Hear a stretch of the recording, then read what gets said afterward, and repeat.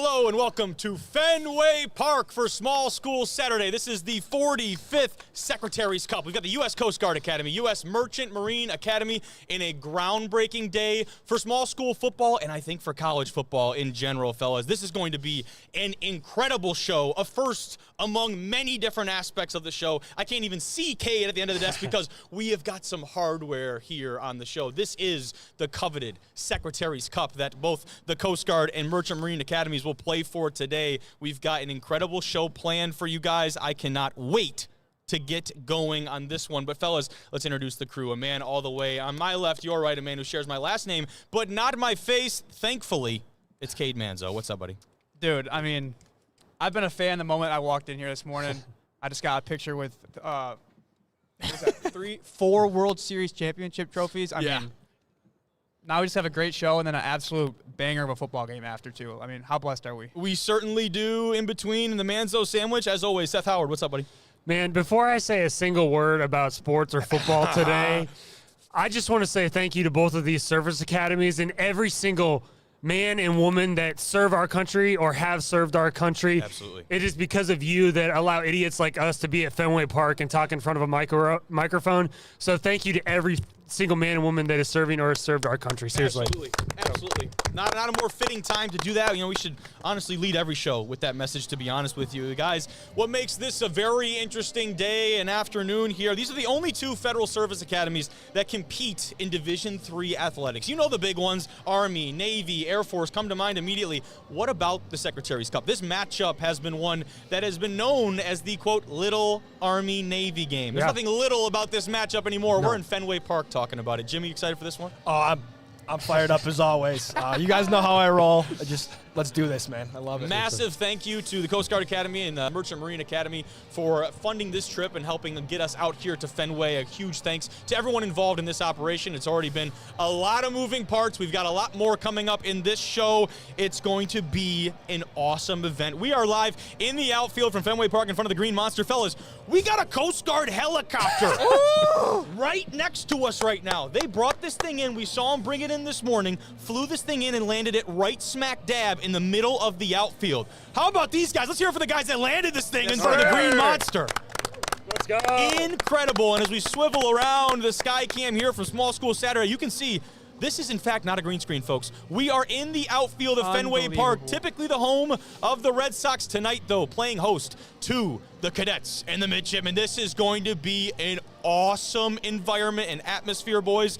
Let's talk about what we've got going on in today's show, though. In the first hour, a lot of things happening. Of course, the history of this matchup, D3 game previews, will be joined by the man himself from D3Football.com, Pat Coleman, once again. Yes, sir. We'll talk about the game in the ODAC, a big-time rivalry there. And then we are joined by Captain Tony J. Ceraolo, the superintendent from the U.S. Merchant Marine Academy. That's going to be a very fun conversation. Teammates and traditions, we got some fun storylines about both of these academies and the players that make up those respective teams. Of course, our D2 game previews, and then another shout for the Battle of the Ravine, a big-time rivalry in the GAC. As we move forward into hour number 2, our line breaker segment, a friendly wager between 2 of our WIAC guys on the desk that might be getting after it in the second hour. And then the Rear Admiral, Gregory C. Rothrock from the Coast Guard Academy. That is going to be a fun conversation to have him in person. We'll talk about some teams in the hunt for the playoff race. Matt Schwarzler will actually check in with a little NAIA preview of the playoffs. Siena Heights, they're playing their last game ever today, fellas. A farewell to Siena Heights there in the Mid-States Conference. And then, of course, our difference makers as we close things out and get into that second hour. And finally, boys, as we close out this show ahead of kickoff, we've got, of course, what else than the game picks. Our end of show will be at 11 o'clock sharp, and then we get this thing off the field, and these 2 teams will kick it off at noon in front of, dare I say, the coolest venue that I've ever seen be involved in a football game. I mean, is that a stretch of the imagination? It's silly. It's so silly. Like, the fact that we get to do this, I'm just so grateful. Like, me personally, be a part of this show, but I mean, just in general, like where this thing has come already so far this year, my goodness, look at this. I mean, you can see, look, this is the setup, and this is about as behind the scenes, pulling the curtain behind as you can get. And right above us is the incredible backdrop of Fenway Park. Boys, there's so much to talk about today, so much history in this matchup for both of these academies, cadets and midshipmen. It's going to be an electric atmosphere. Flyovers to come, I'm sure. We're going to hear that pretty loud and clear. I'm sure you'll get that at home as well if you're watching. This Definitely. is the 54th edition of this game, and there have been some incredible moments that have come from these matchups over the years, but this matchup dates back, fellas, all the way to 1949 was the first iteration of the Secretaries Cup, Seth. You know, I'm a big fan of football history, and so I was kind of doing some digging all the way back to the New York Times, one of their original, openings of this game. Coast Guard won the initial matchup 21-14 when quarterback Harry Smith ended a 30-yard game-winning drive with a 2-yard touchdown run. Harry Smith, I just want to say, wherever you are today, you're a legend, my friend. Kings Point, still though, with us. right, or still with us, of course, right. Hopefully. But Kings Point leads this matchup all time 37, right, to 16 over Coast Guard at this current moment. 100%. This one is very interesting. You look at a Coast Guard team that was playing for a conference championship just a week ago. Still very much a lot to play for today in terms of potential postseason and playoff aspirations for this Bears team, sitting at 7-2 on the year, an offense that has opened some eyes and really changed the perspective around academy football. This is not an option running team, a very dynamic and explosive offense, very non-traditional when compared to other academies. Let's talk with Coach Grant and some of the players and hear what they think about this explosive Coast Guard offense. You got guys at every level that can take it to the house from any place on the field. The toughness of the team is it stands out. A bunch of guys that have been working so hard for this moment throughout this entire season. We've seen plenty of close games. We've seen some blowouts, and I think we're ready to go. And I think you're going to see some guys pretty amped up more than ever for this game on Saturday. We're going to run a solid offense where we can still run the ball. We're going to be physical on both sides of the ball as as part of our identity.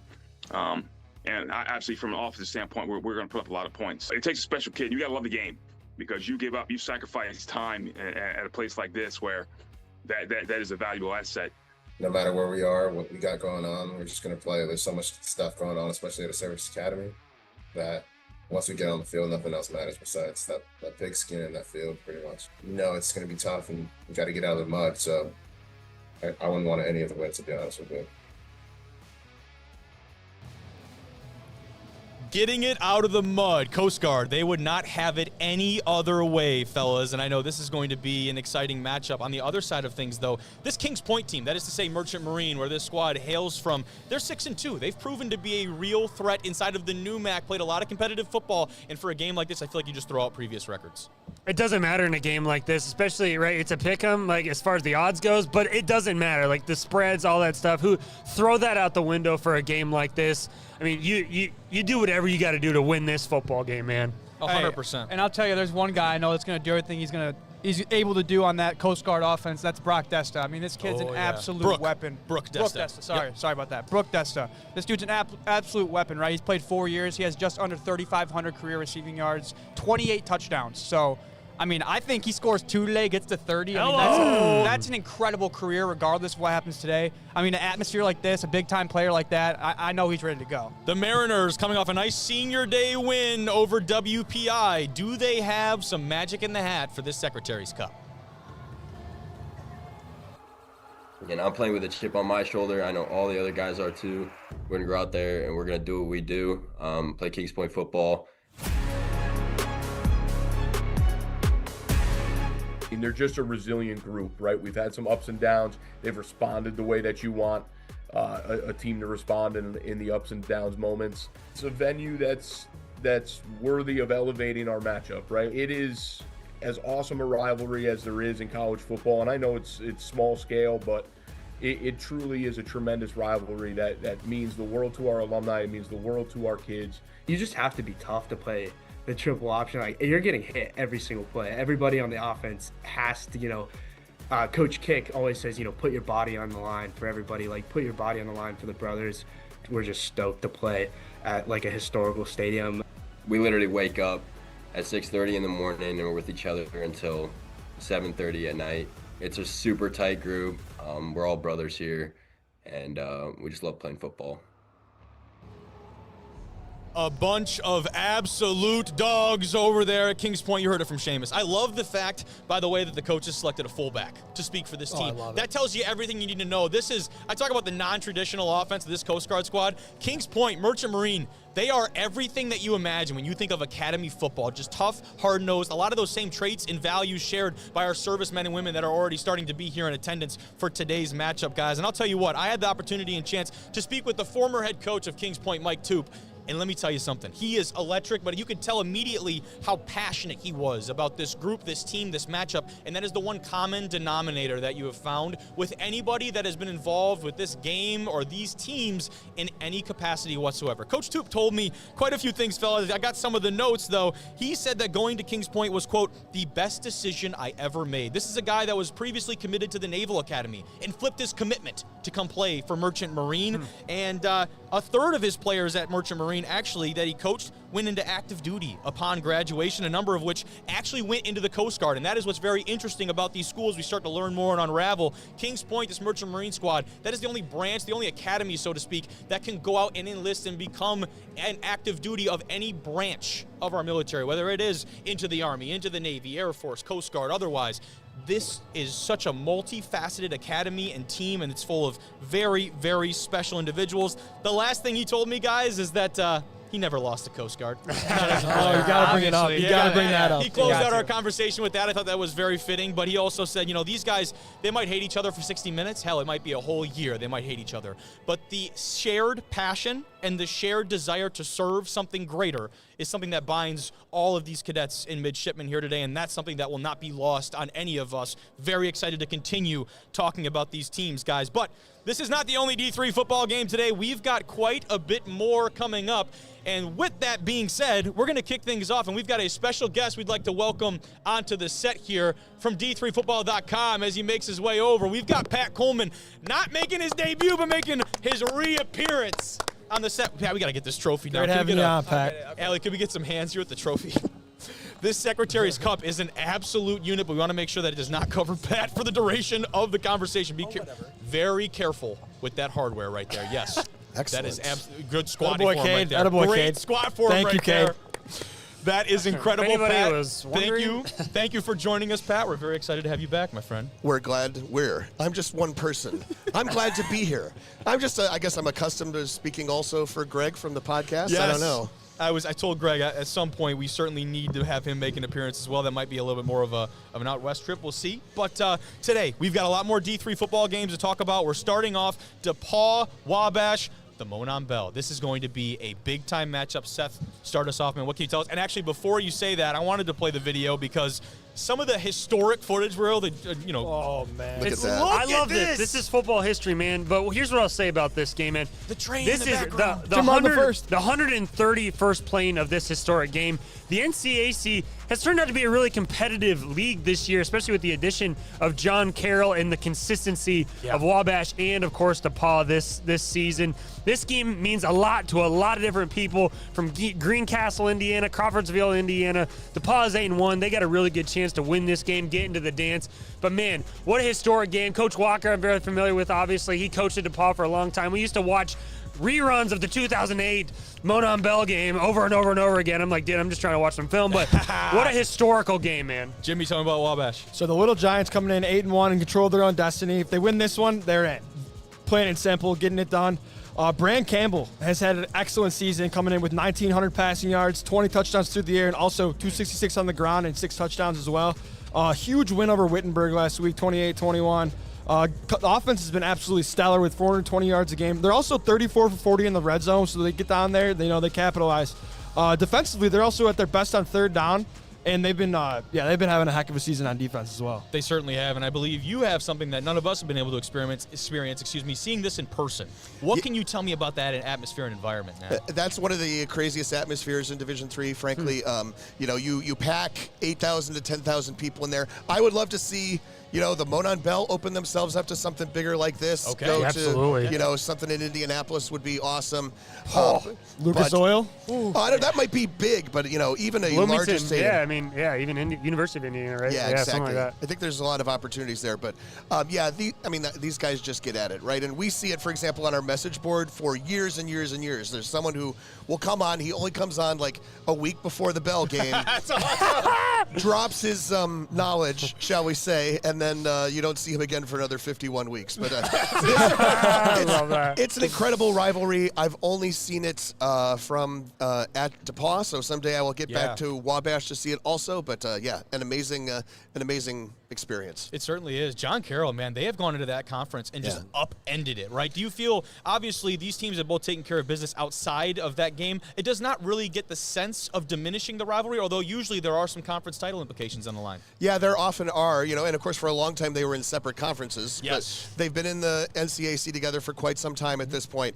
To also have a playoff bid on the line, I think, just kind of makes perfect sense. Whether it's for the AQ or for an at-large like it is today, it just adds to something like this. It certainly does. And fellas, not to be outdone, another fantastic rivalry in Division III football, fellas.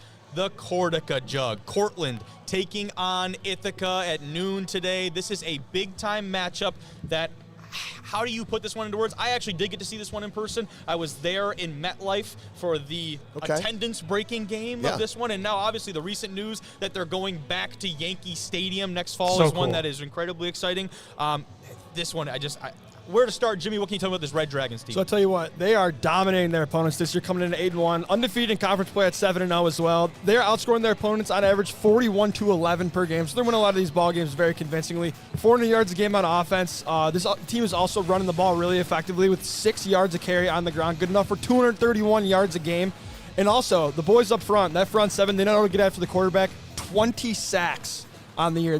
That front seven is fast and physical and relentless. I tell you that. I love it. I love it. Flip things over and talk about this Ithaca side. I mean, there's a lot going on right now. Yeah, I mean, this is a good Ithaca squad, right? They're 7-2 on the year. I wouldn't say they really have necessarily a signature win on their schedule. I'm not saying they haven't played a good schedule, right? But they haven't had that, that one to kind of solidify themselves for a run. This Bomber offense, they average just under 30 points a game. It's usually a good recipe for success, right? And on the opposite side of the ball, they're only giving up 14. Again, great recipe. The Bomber defense, they only sacked the quarterback 17 times this year, and they don't have a guy over 5 sacks individually.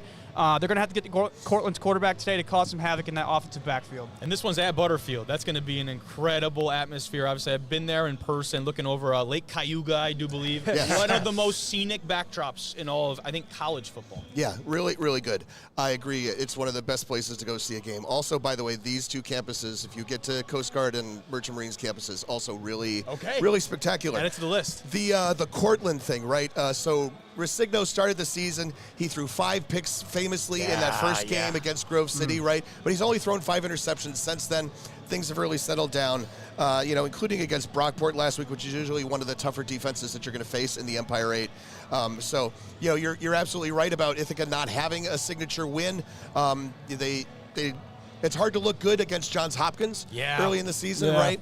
But this is an opportunity for them to play their way in or help themselves in the Liberty League tiebreaker by winning this non-Liberty League game. And talk about that Johns Hopkins team. They've got a game today as well, a big one, of course, against Franklin and Marshall. And this is a team that they take shots early and often. That was something that, you pull up the tape and you watch this. You saw it against Muhlenberg.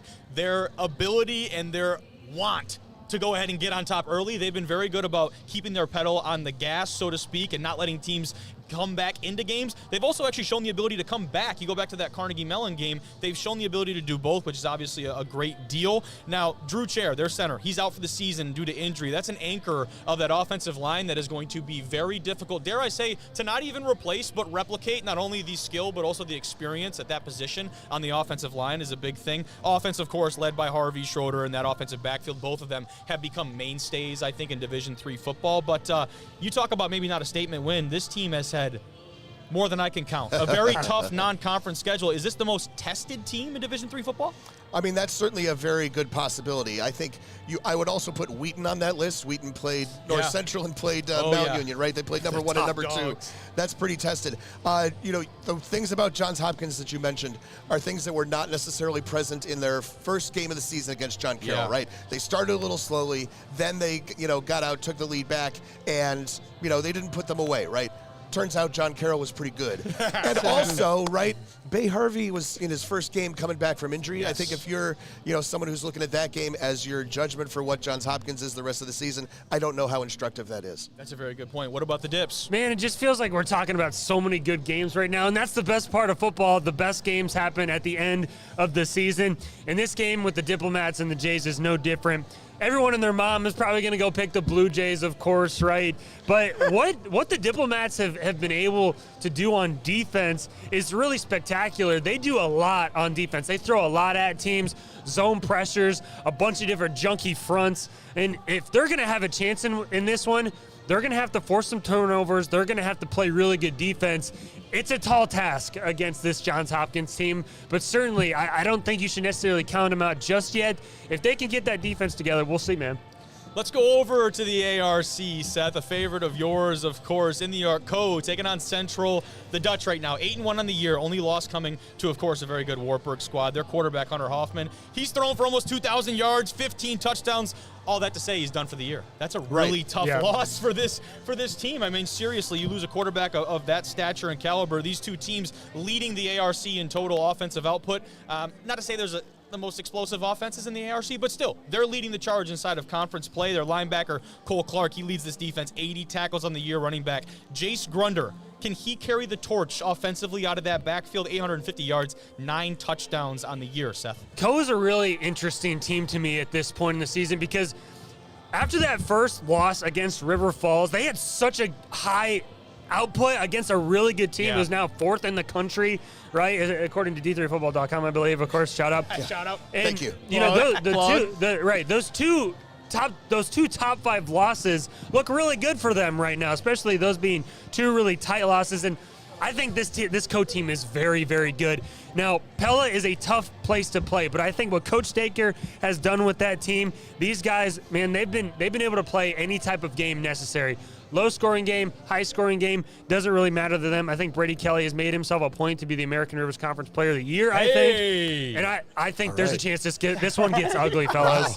Yeah, I'm serious. I mean, he's been absolutely incredible, but I think this one could potentially get ugly. We've seen some gritty football in the ARC this year. What can we expect today? Yeah, I think you're probably thinking of more of the same today, frankly. With the Central offensive issues, look back to where Co was a year ago.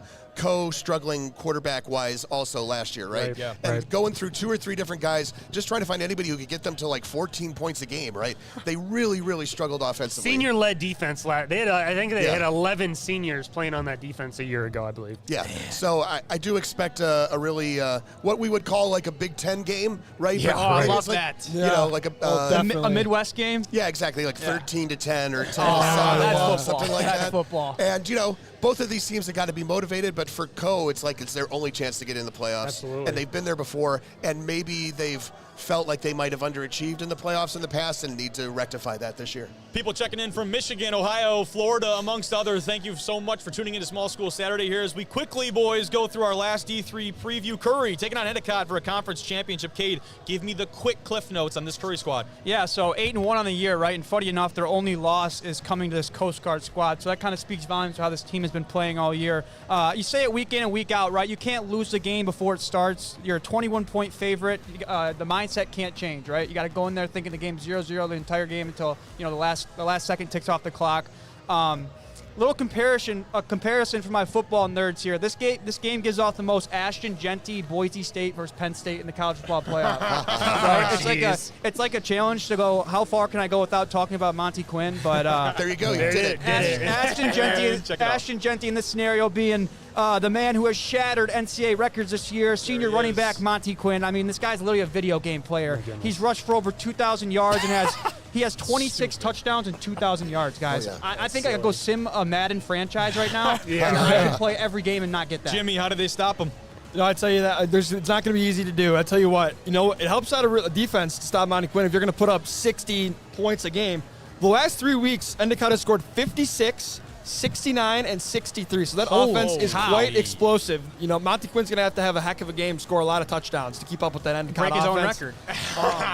I think he's up to the billing, man. Yeah, but I tell you who else who could run the football is Endicott. Coming in with 270 yards a game on the ground. That's thanks to Brian Ferriera and that dominant offensive line. The kid, 906 yards, 13 touchdowns, good enough for 9.2 yards a carry. So he's been very efficient toting the rock on the year so far. One more thing, man. Sometimes Monty Quinn starts a little slowly, right? Yeah. Like the first quarter, you might look at him, he's got like 20 yards or 30 yards or something like that. Body blows. Those are body blows, right? Right, Yeah. and then bam, the second quarter, he'll start off with a 75-yard Very touchdown run, Genty-like. and everything changes. So don't give up early if you don't see Monty Quinn and Curry doing something. Gets better as the game goes on. I love having Pat here, man. He's just he's the best. And then he's like confirms your little segment on here. You're like, oh, I know that thing. I know ball somewhat. Right? Yeah. Pat Coleman joining us live here from Fenway Park as we take a look at some of the servicemen and women that have started to join us here in FanFest. The Coast Guard helicopter has landed here in the outfield of Fenway Park, boys. We've got another big Division III football game to talk about. I am, of course, referring to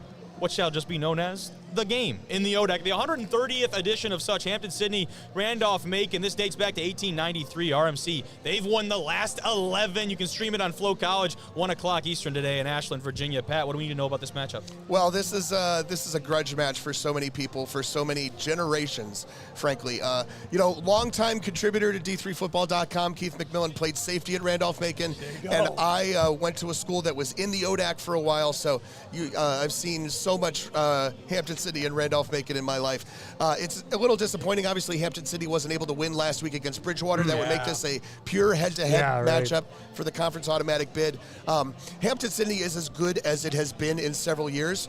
Can they go to Randolph-Macon and win is a great question, but I think this is as good a chance as they've had in maybe almost that entire 11-year streak. Agreed. Wow. Pat, are you ready to play the game? Thank you, Pat Coleman. Thank you so much for joining us. An incredible venue here as we continue on. And Fenway Park for the Secretaries Cup. We're going to cut away to a quick break. But, fellas, when we come back, we'll be joined by Captain Tony Ceraolo of the U.S. Merchant Marine Academy. This is going to be a fun one. Stick with us, a 2-minute break, and we'll be back at the desk with some more royalty here on Small School Saturday.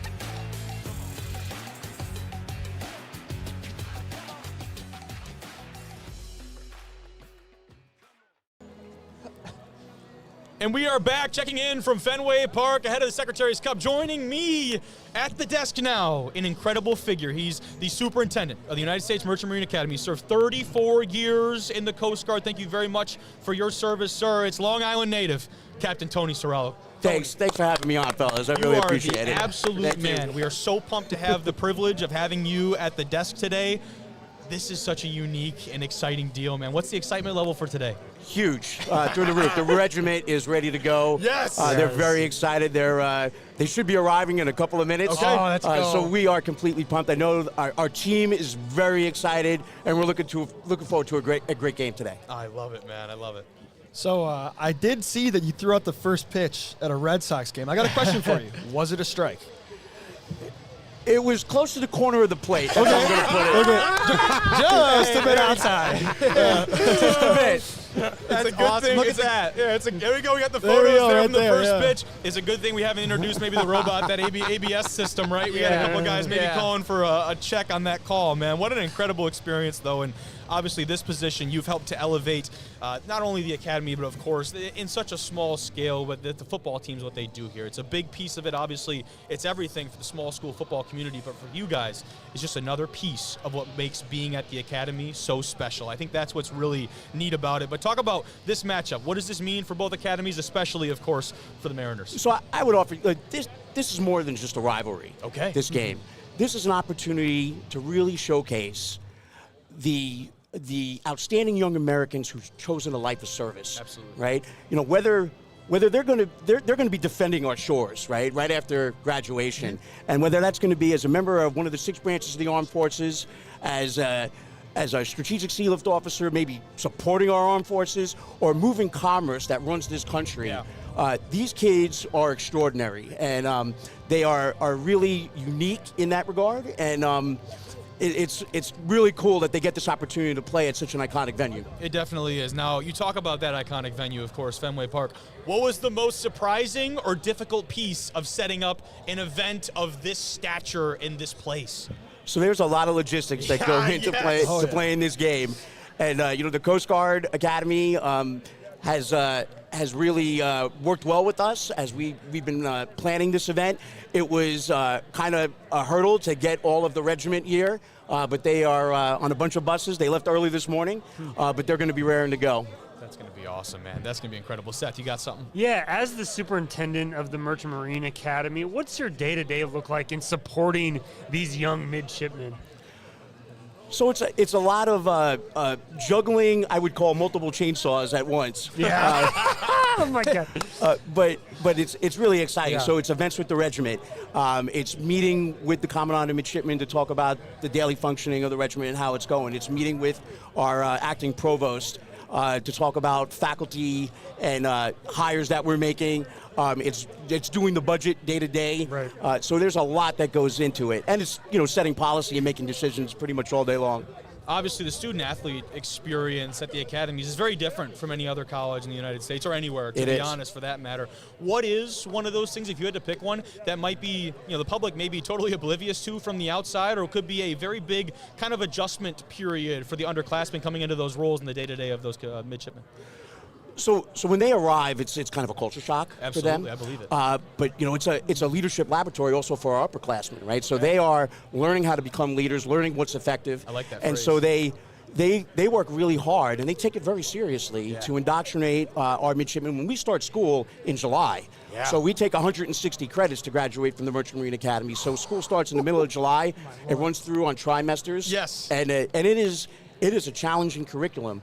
But the unique thing is, in order to graduate from the Merchant Marine Academy, in addition to the Bachelor of Science degree you got to earn, you have to earn a license in the Merchant Marine. Okay. And so you have to be a licensed merchant mariner. It's a Coast Guard license, unlimited tonnage, and you have to earn a commission in one of the 6 branches of the armed forces. So the opportunities coming out of Kings Point are just through the roof. That's what makes it so unique, right? That option and that availability to go kind of whatever way you choose in a sense, Correct. but obviously you have to be qualified to join those different branches. Of course, Jimmy, you got something? So, I know you've had a very decorated career, but can you tell me about your experience as a senior counselor for Homeland Security? So I was on the Secretary staff, and I had the Coast Guard and the Federal Emergency Management Agency in my portfolio. I later inherited the Secret Service towards the end of my tour there. But it was really unique. And one of the things that we worked on with the Coast Guard was at the time, the other 4 branches had a 12% bump in their budget, and we worked really hard because being in Homeland Security, the Coast Guard was left out of that, and so we worked hard to get the Secretary involved. And at the time, it was Acting Secretary McAleenan, and he actually got underway on a Coast Guard cutter overnight, which was like the first time that ever happened, which was really neat. And then, when COVID hit, I spent a lot of time at the Federal Emergency Management Agency working the requisition of respirators and things like that. Man, and Very so cool. Obviously mentioned your tenure in the Coast Guard. Any split kind of allegiances on a day like today? Listen, I'm a proud graduate of the United States Coast Guard Academy, and I had a great 34-year career, and perhaps because of that, I have a deeper appreciation for what Kings Point midshipmen go through. Okay. And really, what they have a very unique road that's very challenging, academically, operationally, and professionally. Yeah. And they really, make no mistake about it. I am firmly rooting for Kings Point today to beat Coast Guard. I was waiting for it. There is no ambiguity on my part today. We have got an incredible turnout here, of course. Some of the servicemen and women, of course, showing out, but also this Fan Fest, man, has absolutely come alive. This crowd is going to be a very exciting one. But I wanted to ask you, in terms of these graduating student athletes specifically, what do the next couple of months look like for those midshipmen leaving the academy? Well, so many of them, really, it's companies that are vying for their services, right? Because they're so valued. And really, at the end of the day, the Merchant Marine Academy is about licensed merchant mariners, right? They're going to sea commercially in what can be sometimes a lucrative career. And they really, they have the pick based on what degree that they're getting and what license that they're getting. To really have huge impact right out of the gate. We have kids that graduate, and the next day they're going to a commercial ship, maybe across the world. Yeah. Oh, we're talking That's with some of the guys, and one of the safeties, Tarek told me, he said, played in the Secretaries Cup game the same night, shipped out to Japan. Right. I mean, what an incredible change of events there. But this Kings Point team, I think I'd have people here that agree with me, embody everything that it means to play for the Academy. Tough, selfless. This option offense and style of play from Kings Point is about as tough as it gets. How do you describe the way that these guys play and how some of those values transfer over into their career and their service? I think it's resilience. Yeah. Just resilience, grit, determination. I mean, they eke out every yard, every inch, and they do that in life. They do that in life. What do we think? What are the chances of this Kings Point squad today? They got enough magic in the hat, take down Coast Guard? Yeah. Let's go, man. Incredible. Here out live on Fenway Park in front of Fan Fest, in front of a great crowd already. Man, that is all I have for you. Thank you so much for joining us. Anything else we need to be aware of for this matchup today? No, other than go Kings Point, beat Coast Guard. Yeah! Captain Tony Ceraolo, thank you so much for joining us, sir. Get the headset off you. We'll keep rolling, but you are the absolute man. Thanks so much for joining us. Oh my goodness, what an electric conversation. Checking in here, Small School Saturday Live before the Secretaries Cup kickoff here in Fenway Park. Typically the home, of course, of the Boston Red Sox. We are out in the outfield in front of the Green Monster, in front of what is becoming a very crowded Fan Fest. And I'm gonna show it a million times before the broadcast is over, fellas. The helicopter. Why wouldn't you? Dude. What do we have to do to get in that thing and get a chance on the sticks? Cade's going to fly it out of here, I heard. That's how UNR is getting out of the field today. There's our ride back. Fenway, the temperature here definitely getting better as the sun comes out. You see the playing surface for this year's Secretaries Cup game. They have totally gutted the infield. This is going to be an awesome venue and environment. I cannot wait to see what this looks like, fellas, in just a few hours. But before all that, I think we got some Division II football, or maybe not quite yet. We got some other stories to jump into. We're going to talk teammates and traditions. Of course, we're talking a lot right now about the Mariners from Merchant Marine, and rightfully so, because what these guys do upon graduation or even before is absolutely exemplary. The Mariners, they get less than 48 hours notice before they get sent off on their ship assignment anywhere around the world before returning to campus for next season. Now, for sophomores, guys, that might be a 5-month departure. For juniors, 8 months months. You literally finish the football season, you're sent off to serve, and who knows where. You come back, let's get fall camp rolling and do this thing all over again for the senior season. And the Mariners safety, Zadok Holub, he got his assignment last year just a day before the Secretaries Cup game. He played in that game.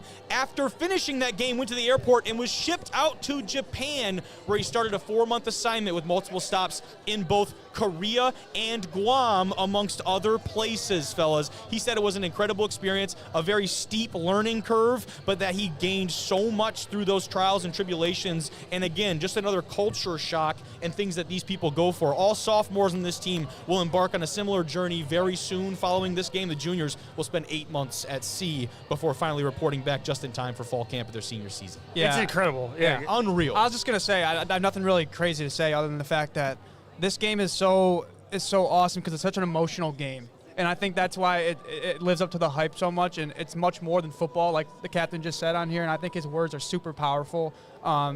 He said it's much more than a rivalry, right? I mean, and he's exactly right. So just what an absolute incredible game and opportunity for these kids, too. From a coaching perspective, we'll go back to Coach Howard. What would you do if your entire junior class left the day after the final game of your season and you didn't get to see them until July or August? Run the triple option, of course. Like that. I mean, seriously, that's what you would have to do. Like that. Learning more about what these service academies go through. Like, I've always been like, watching these Army-Navy games or watching these service academies play ball, I'm like, why not adapt to like this new style of football? But I mean, after hearing all of that, I'm like, I get it. Run a system that you can like replicate over and over and over again. And that's like, all right, I am reading this guy. Like, I'm going to read him today. I'm going to read him in 10 years if I'm still playing football. Like, that's just how they do things. But it's incredible what these guys do. And those coaches, man, they do a great job getting these guys ready to play, even though your starting quarterback might be in Japan in 2 weeks and then come back and play against whoever. It's incredible. And one thing that is very important and can't be lost on this, these guys, of course, to maintain in the service, maintain a level of fitness, so to speak. That's not to say they can skip off-season workouts. They are trying to get it in where they can when they are overseas, whether that is at home or abroad, nationally or internationally. And talking with Coach Mike Toop, the former head coach of the Merchant Marine Academy, he said, you ever tried squatting on a boat rocking in the middle of the ocean? Not too hard. Not too easy. I was not too gonna easy. say. Yeah. Let's put a little bit more weight on those racks. We're trying to get lifts in where we can. That is another challenge. Of course, a lot of these guys don't even get spring ball. And so they have always said that this is a great opportunity for these other upperclassmen, that junior class, going to be juniors from sophomores that come back earlier, and they have to be the leaders of this thing. That senior class incoming won't even be on campus until really comes into the season. So it's a very much a trust thing and passing of the torch, so to speak. But we'll talk about the Coast Guard Academy too, and what's really neat story. There are 2 players on this Coast Guard team that have an interesting story, not what comes after playing, but actually what brought them to suiting up for the Bears. Michael Shank, Freddie Barber, they're in their first year at the Coast Guard Academy. Safe to say their on-field chemistry, though, boys, anything but fresh. From Chesterfield, Virginia, they began their Little League football careers in 2011, a connection they would share through flag football, middle to high school and beyond. Freddie's dad, Tommy, was their coach for many years. He grew the family connection between the two, and when it came to play at the next level, it was only right. The duo took the next step together. Michael actually got the chance to present Freddie with his appointment to the academy and ensure their playing careers would end exactly how they started, gentlemen, with one another. What an incredible story. I know we've talked about some different sibling relationships in the past couple of weeks with these teams, but 2 kids that have done it through all phases, through Little League, flag football, all the way to now playing at the academy together, and will go on to be brothers in arms and serve after their experience here. I don't know if it gets more special than that. It's an incredible story about those 2. Yeah, you'd think there's a lot of stories like that too, especially in these service academies. But I mean, I think that just speaks to the volume of the personality of these kids that are coming to join this team, right? I mean, just incredible human beings, obviously that aspect of it, but better. I mean, good football players and better humans is how I put it. They certainly are, and we'll move forward now and talk some Division II football, boys. We've got some incredible matchups, and I'll tell you what, I'll be the first one to say we're going to miss some really good D2 football matchups. There's just too many to talk about, but we can do our best. Let's start talking about this Gulf South showdown. The Gulf South Championship. I mean, this is a very interesting one. Cade, I'm sure you'll talk about it a little bit, but this is all the marbles, playoff berth on the line for this Valdosta team. They got to take on a really hungry Argos squad. Yeah, and this honestly might be the most interesting game, I think, at any level. I mean, right? But that's just knowing the the stakes behind it. So Yes. Valdosta State's 5-4, but Kobe, you obviously you're going to talk about them a little bit. They're 2-0 in their conference. I mean, if they win this game against West Florida, they're going to be dancing into the playoffs at 6-4. I mean, that's unbelievable, right? But let me talk about West Florida. Obviously, you know, I am the West Florida enthusiast. Go Argos. And do I even need to say his name at this point, right? He's got a 63% completion rate, 2,500 passing yards, 30 total touchdowns, and the Harlan Hill frontrunner, in my opinion. His name is Marcus Stokes, right? Offense is clicking on all cylinders right now. Corey Scott, the receiver, he's Mr. Reliable. He's St. Brown to Goff for Stokes. He's got almost 800 yards in the year, and he's Mr. Consistent, like I said. And Coach Noble said it best in his ex-post. He said, job's not finished. I love it. And I think that's a perfect testament to how this West Florida team has showed up each and every week. Defensively, redshirt senior linebacker Jacoby Clinton, he leads this Argo defense in total tackles of 66. He leads the team with TFLs of 16.5 and sacks with 6. So, I mean, this kid is everywhere on this defense. He'll look to put this Valdosta State team in tough situations throughout this game. Argos by 50, huge West Florida guy. I love what Coach Nobles is doing down there with that squad. Not so fast. They're not going to win by 50 points. But this Valdosta State team has a ton to prove. They've played some damn good football the last couple of weeks. Wins over Delta State, West Alabama, inside of the conference. You said it. All 4 of the losses for the Blazers have come outside of Gulf South play. The conference currently still has a 2-year grace period where they retain their automatic qualifier into Division II football. If they do not expand their footprint, expand their membership inside of the conference, that automatic qualifier will be taken away. But as of now, Blazers win today, nothing else matters. You're dancing in the playoffs. And the winner, there's a lot at stake here, much more so for Valdosta. Gives them all the more reason to come out and play ball, man. They're playing their best football right now. It's all about the team that is playing the best football at the end of the year. Going to have to limit, of course, that West Florida offense. You can't stop them. You just have to limit what they can do offensively and try and focus on a couple key pieces. I think Coach Craig and company have maybe what it takes today. Now, not saying I'm picking them outright, but it won't be 50. I guarantee you that much. Yeah, now, I mean, that's a homer. That's a homer pick. That's a homer spread. That definitely is. You know. Another big-time rivalry now inside of Division II football. We've got in the MIAA, Pittsburgh State, Northwest Missouri State for really a lot of marbles in the MIAA right now. These two teams actually playing in downtown Kansas City at Children's Park. An incredible matchup and rivalry. Jimmy, what can you tell me about the Gorillas? So, obviously, huge one for the Gorillas today. They made some huge plays defensively in crunch time last week. Jordan Rogers with a huge pick 6 last week. He's got 3 interceptions on the year. He's been a stud for those guys. Again, they're going to need to generate some turnovers today against a really good Northwest Missouri State ball club. They have a really balanced offense as well, running it for 5 yards a carry, 10 yards per completion. Barry Jackson's had a heck of a season for those guys, accumulating for over 2,400 yards and 14 touchdowns. Man. Look for him to have a big day today.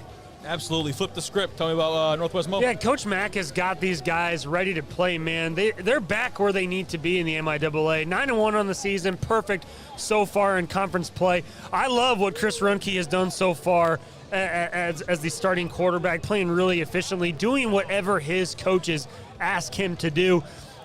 You know, their success is largely to do with what they've been able to do on the ground. They've rushed for almost 2,700 yards as a team.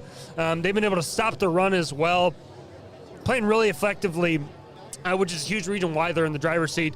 You know, what a massive opportunity for these Bearcats to take what is rightfully theirs in the MIAA. Flipping things over to the GMAC, Findlay right now, the Oilers, they are one of only 5 teams left unbeaten and undefeated in all of Division II football. We had the chance to see these guys live in their big win over Northwood. They are very much still in the position to run the table in the GMAC, right behind Ferris State in those regional rankings right now when it concerns the playoffs. Absolutely love, of course, what Coach Allen and company have done down there. Seeing this defense, Sam Wyrau, one of those guys, 12.5 TFLs, 5 sacks on the year. He's had all of them seemingly in the biggest moments of the biggest games for this Oilers defense. The offense starting to step it up, need to see more production of them, but of course in the playoffs, defense travels and Findlay's going to be playing a couple home games, boys. I like their quarterback a lot. I think he fits that system really well. I think Findlay's defense is good enough to win a championship, and I think defense wins championships, so they do that today. Hello, what are the Dragons to do, Jim? You know, speaking of other good quarterbacks, Alex Johnson, the kid's been absolutely balling this year. 28 passing touchdowns, 2,700 yards, 68.5% completion percentage. That's what really stands out to me. He's putting the ball in the hands of his receivers. Speaking of receivers, you got Amari White coming in here, having a great season. 31 catches, 548 yards and 4 touchdowns. This team airs it out, but they have turned the ball over 14 times this year. Okay. So look for them. They need to take care of the football today against Fenway. If they can limit the turnovers to maybe 1, maybe even 0, I think they come out with a win today if they can take care of the football. In the spirit of talking about conference championships, let's go out to the Rocky Mountain Athletic Conference. Chadron State taking on CSU Pueblo in a game in a season where the Eagles may have been counted out of a lot of different polls. Was it CSU Pueblo? Was it Western Colorado? Does Mines have a bounce-back year? The Ore Diggers come back and take this thing back to Golden, Colorado? It could be none of those things. This thing could be going back to Chadron. The Eagles 8-2 heading over on the road to CSU Pueblo. Very excited about this matchup. Tell me about these Thunderwolves. Yeah, so I mean, I think a big indicator with this squad, and I think a lot of people forget that this Thunderwolves team was a blocked extra point away from being undefeated up to this point. They had another dramatic win last week in overtime versus Colorado School of Mines. Roman Fuller, right, friend of the pod, the pilot for this high-flying offense. He's been absolute cinema this year. I mean, the guy is thrown for 2,700 yards, 27 touchdowns, and only 5 interceptions. May he make a case for the Harlan Hill and try to beat out Stokes? The world may never know.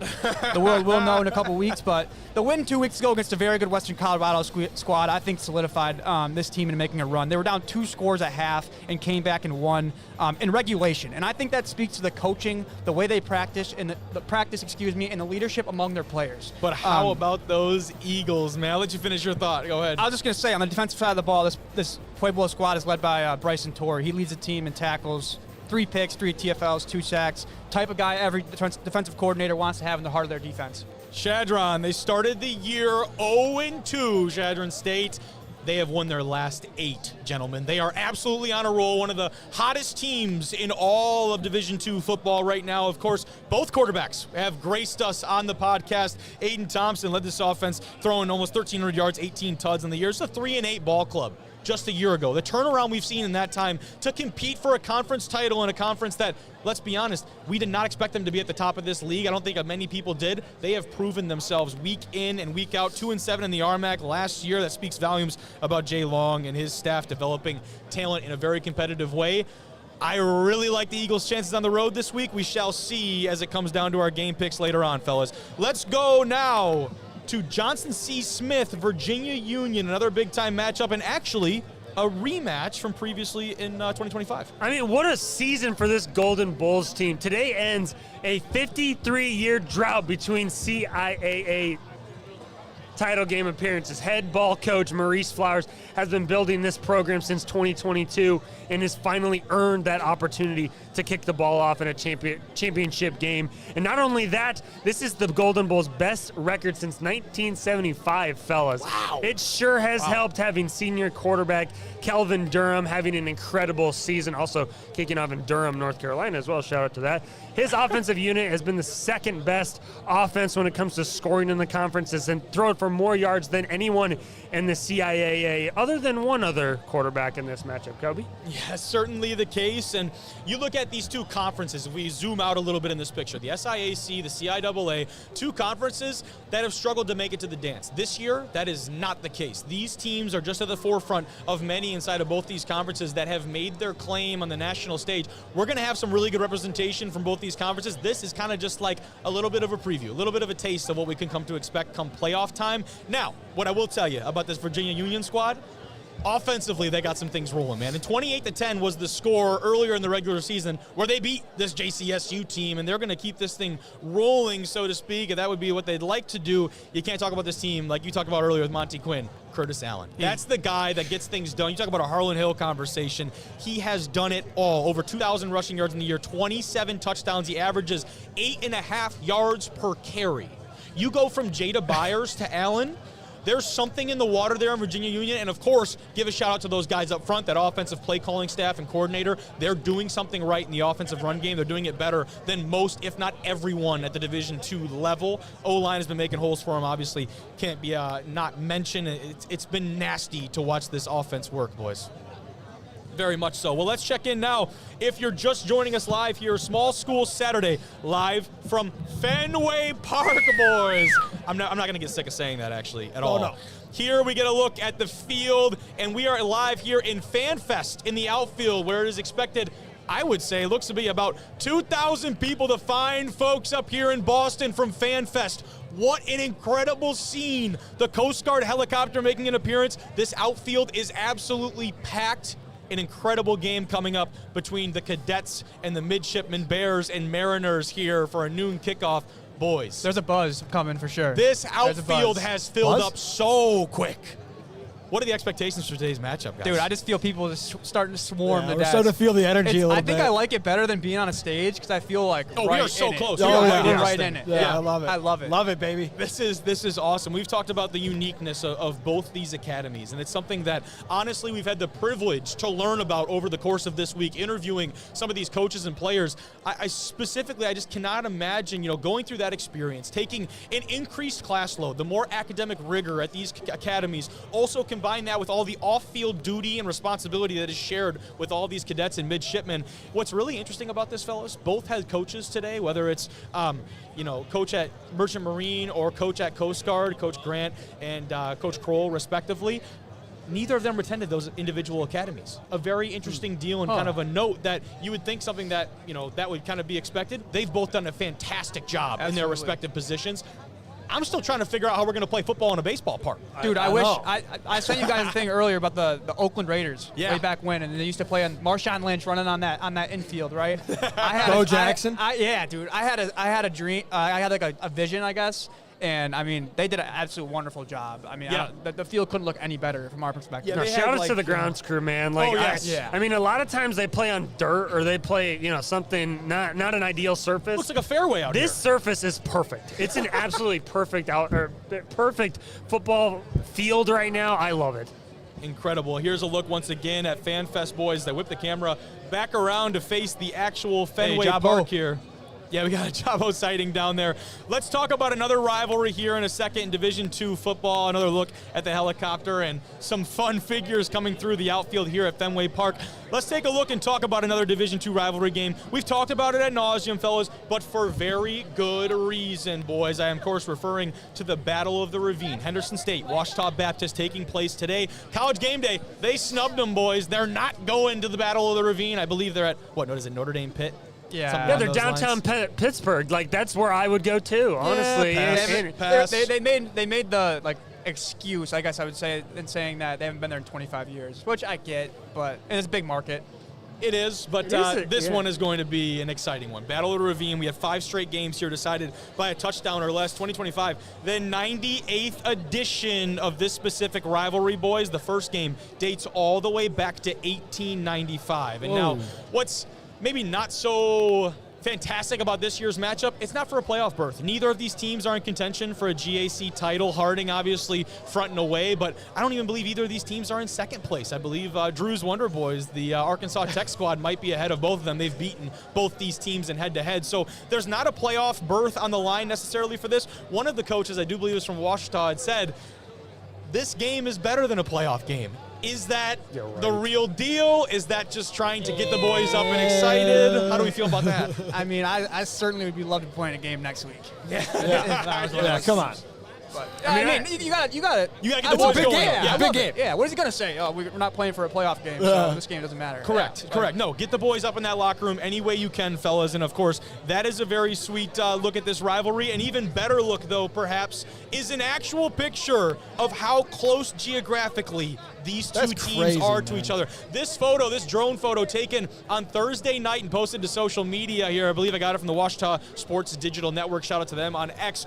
These campuses, these stadiums, 3,696 feet are just 0.7 miles apart. That is how close these two are. They literally walk across the highway, as we've talked about, to each other's campuses. I believe the only matchup and rivalry in all of Division II, or maybe even college football, where the visiting team suits up in their home locker room and then makes the walk to the opposing team's field. Is it safe to say that if we were not, currently in the outfield of Fenway Park, that we'd be in the streets of... I don't know. There were some other big-time opportunities this weekend, but this definitely would have been at the top of our list to make it down to a Battle of the Ravine, fellas. I think if we went down there, we might have to set up right in the middle of the highway and just have the teams walk right behind us. With that. What do we think about that? They might fight. Close the road down. They might fight. I think it would split us in half right here, the two campuses. Yeah. Maybe, if we had a territory line, yeah, right, we could go right through the middle of the desk. That'd be so cool. That would be incredible. But a lot more talk on different D2 rivalries. Once again, there, the Battle of the Ravine, geographically, how close those two institutions are to each other is absolutely incredible, boys. Let's keep things moving, though. We've got our line breakers segment. We're taking spreads, over-unders, different analytics and numbers from across the country. We're picking some of the wackiest ones, the ones that we think are going to hit. So it's quote unquote, so to speak. Cade, start us off. Yeah, so if you're an avid watcher of the show, you would know that I made some comments about Whitewater's offense a few weeks ago, and I wish they had done something to reverse those comments. They have not. I'm taking Oshkosh, Whitewater under 37. It's a good pick. I'm making this pick strictly off the Whitewater offensive struggles up to this point. I still think Whitewater wins this Their game. defense is also really good, too. You can talk about how bad their offense is. Yeah. They can't score points. You can't No, win. I know. You're right. I mean, like I said, I still think Whitewater wins this game. I don't want all the WIAC burners coming at me on Twitter. But if you're from the state of Iowa and you watch this type of football regularly, you'll like this one as well. I think 21-10 Whitewater, I think. Yeah. Somewhere around there. A close, but an under. Yeah. For sure. Absolutely. They score 21. They still get the job done. Give up 10. It's a respectful pick. Seth, keep us going. Oh, yeah, of course. This actually was maybe one of the more bold ones of the day. I'm going to take Morehead State to cover the 13.5 points against Minnesota State Mankato, right? But I wanted to keep it interesting a little bit, and the only thing that popped into my head was Jack freaking Strand. That man's going to keep it close. 3,300 yards passing, 39 touchdowns. He's going to keep the Dragons in this one. Maybe a little controversial of a pick, but I think they keep it close, man. Yeah, I like that pick, talk Seth. about. I like that pick. I'm going to go ahead and go against that one, but that Mankato offense. Nice talking to you. We saw that team in person, and to me, this is the biggest thing. Who scores first, right? Mankato gets up first. This is the team that can ground and pound and take away that clock. Jack Strand and company are very explosive. They're very high-powered. You can only do that when you have the ball in your hands and you're on the field. If Minnesota State gets ahead early in this, I see no problem with them keeping this a very low-scoring affair. That's how they'd like to keep it. Well, fine, right? then they'll cover the 13.5. That'll be great. Okay. There we go. Jimmy, keep us moving, my friend. So anytime I have the opportunity to pick against the University of Wisconsin Eau Claire Blue Golds, I take it. So give me Which Platteville. you pay city taxes for. Give me Platteville minus 27. By the way, I think 27 is a very generous spread. The people down in Platteville took very good care of us. Yes, they did. It was spectacular. So shout out to Platteville on that one. But I think they win this one by 35. Give me 49-14. Man, I thought Eau Claire was better, too. Like, I thought they were better, and they totally let me down against Point. Like, big-time letdown. That was tough. tough. I don't want to say Eau Claire. I don't want to say the word Eau Claire anymore the rest of the day. That's it. Finally, you guys my got a pick. serious issue. Sorry. You two have a serious issue. My pick in Division II football, Assumption. Assumption to cover here at Westchester. The Greyhounds, 1.5-point underdogs. You might think that's a pretty outrageous pick, but I'll kind of give you an explanation here. Give me an alternate line. Assumption favored by 8.5. I think they cover that line. Alt spread? Alt spread here on the line breakers. I think what that's all about, right? That's what we're talking about? Okay, good. That's going to be like a plus 300, plus 400 bet, too. You're going to get a lot of value on I'm that. taking the Greyhounds, and right now something that I think has always kind of stained their record is inside of the region, they do really well. You get outside of the region, Assumption suddenly doesn't perform so well. I think they break that streak today. They've been tested early on with some really quality opponents. I believe started the year with Kutztown, and they've got a lot to prove, this Greyhound squad. They just lost in the NE10 championship. They need to remind some people what the top level of football in the Northeast looks like. Against a decent PSAC team, Westchester's no blowover, but they're not at the top of the conference. This has everything and more for this Assumption team to gain. You got to protect the quarterback, though. Assumption, they've allowed 35 sacks so far, with 4 sacks last week to Bentley in that NE10 ship game. 35 sacks is tough, boys. They got to clean that up. I have them covering today, though, on my alternate spread of 8.5, fellas. What do you think of that? I like it. You like it? I like it. All right, I'll very take nice. it. Very nice. And we've got another fun one here that we'll talk about. Of course, just had a lot of WIAC conversation very recently. We'll keep that WIAC conversation going, boys. We've got a big matchup today. River Falls and UW Scout. In a big-time WIAC game, the rivals, Seth hailing from the Falcons, Jimmy, the Blue Devils, respectively. You know, this game is at the Don today. Stout's got a little home field advantage. Last time we were there, we were in for like 350 yards. So that was last time. That was last time. You know, you got a lot of seniors playing their last game at the Don today. You know, it's going to be a very emotional game. You know, you play 4 or 5 years there. You know, you want to get that last win at home. I think this is going to be an Adam Moen legacy game. My boy Adam Moen, I think he's going to have a heck of a game today. He had a really good game against River Falls last year. I think that's going to repeat itself today. Yeah, of course. I mean, yeah, Stout, again, this is Stout's Super Bowl year in and year out. That's absolutely the case. It'll continue to be. But here's the thing. Of course, I coached on that staff. I know those guys really well. And after I congratulate them, like, Coach, hey, great job. WIAC champs going to the playoffs. And you know what they had to say to me? We got to beat Stout. Yeah. We got to beat Stout. It doesn't matter what we've done, what we're going to do. All that matters is what we're doing today against the Stout Blue Devils. And I don't care what Adam Moen does. All I know is Caleb Blaha is not going to play more than maybe a quarter and a half. Not really. But Falcons win by 1,000,000 points. We'll see We about should have that. just set like the Blaha playing time, like 1.5 quarters. That actually would be a good line to set. What is this wager for you guys, depending on who is the eventual winner of this matchup? Well, I believe what's going to happen is Jimmy on our next small school Saturday is going to have to wear the WIAC championship shirt that I have purchased last week. Or I can make something happen. I can do a variety of options here for you, Seth. I can get you the Blue Devils mascot costume. I can get you a jersey. I can get you anything you want, Seth. Anything. Well, one of those you look great in blue. One of You those look great in crappy blue. Adidas blue jerseys. I'll take one of those. Yeah. Hey, we're getting new uniforms next year. We're getting new uniforms next It's year. at the Don.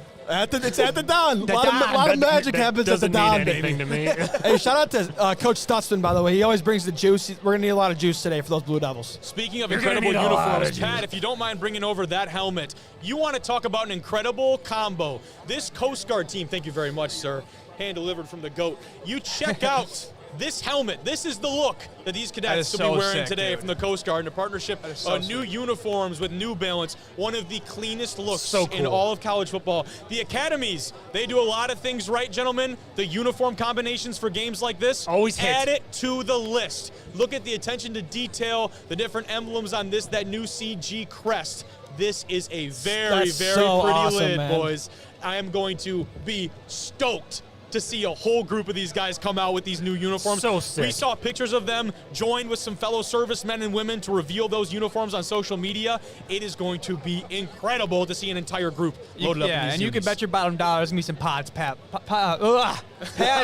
out there today. I'll tell some you that. pots padding, baby. I think I'm nervous, dude. Like I'm about to go play or something. Yeah. Like, the nerves are flowing, and the buzz down here is absolutely electric. There's a lot of people. A lot to be excited about, fellas, in Fan Fest here from Fenway Park. We are going to cut to a 2-minute break, boys, but on the way out, on the other side of the break, we will be joined live at the desk by the Rear Admiral, Admiral Rothrock from the Coast Guard Academy. So excited to have him, so stick around here on Small School Saturday. We'll be joined here by the Rear Admiral on the other side.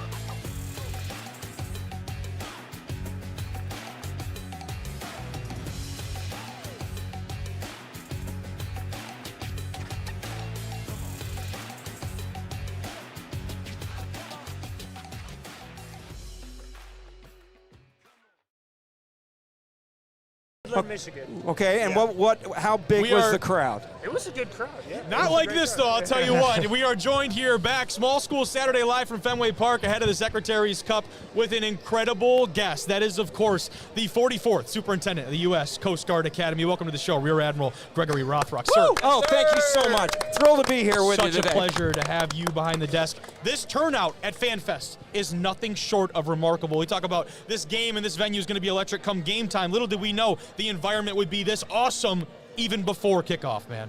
No, absolutely. I mean, just think about this. We're sitting in a Major League Baseball park in front of it, like a storied Major League Baseball park in front of the Green Monster. Like, where else can that happen, right? Yes. Right here in New England. It's an absolute thrill to bring this game out of both schools and to here right in Fenway Park. So I had just asked you before the break. Yes. I said, where did you last broadcast Midland, from? Michigan. Midland, Michigan, right? And I said, how big was the crowd? And you said, well, it wasn't this big. and we don't even have both the Brigade of Midshipmen or the Corps of Cadets in the stadium yet, and we're probably going to be pushing 10,000 Here we today. go. Here we go. 10,000. That's the goal. I like the sound of that.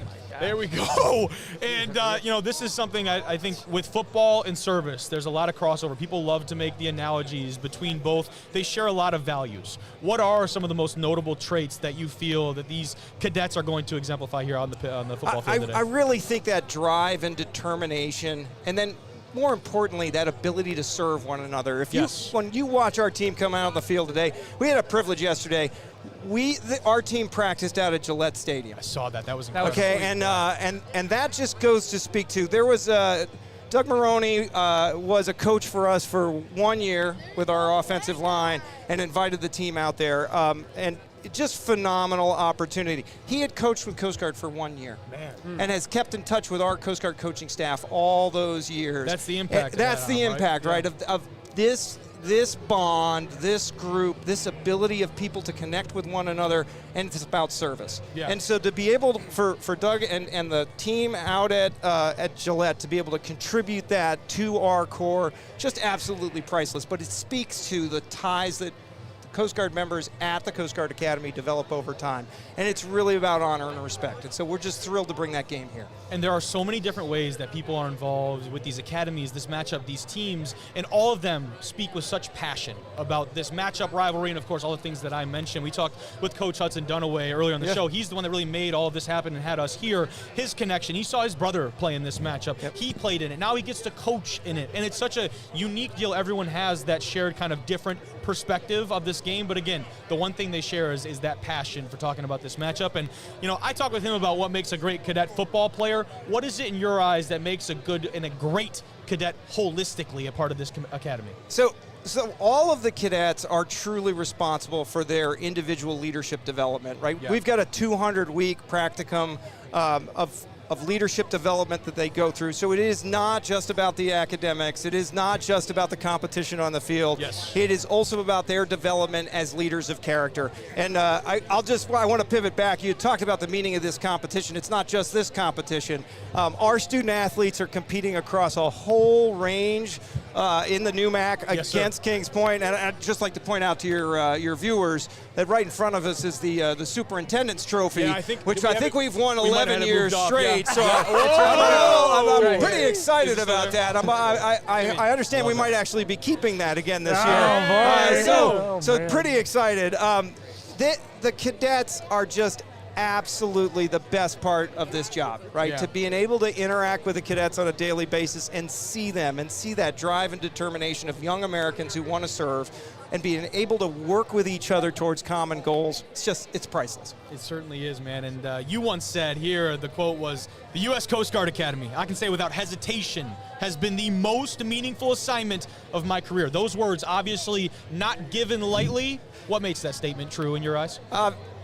It is the privilege of a lifetime to be able to develop the future leaders for a service. Yes, sir. Right. I think what you'll see today, and I'd heard you when you were talking to Tony Ceraolo about uniforms, and Tony is a dear friend of mine. We've served together previously, and even though today we're on opposing teams and we're supporting opposing teams, at the end, it's all about our collective service. Yes, but you'll notice on our uniforms today, it says USCG. It doesn't say USCGA. This is about the Coast Guard. And we're the Coast Guard's football team today, but we're also the Coast Guard's team. All of our student athletes represent the service every time they go on a court, they go on the water, they get in a crew boat. Any of those things, they're representing the service, and that just gives us a great sense of pride. And that's really what's neat about being here today, is that ability to bring more members from our service and from the Merchant Marine into one place. So typically this game is played at either one of the service academies. Yes. And so the largest attendance record is set at Coast Guard, I understand. And so we have Cadet Memorial Field. It's a beautiful spot on the river in New London, Connecticut, but it only seats 4,500. Right, so to be able to share this in-person experience with as many as 10,000 or more, like I said, absolutely priceless experience.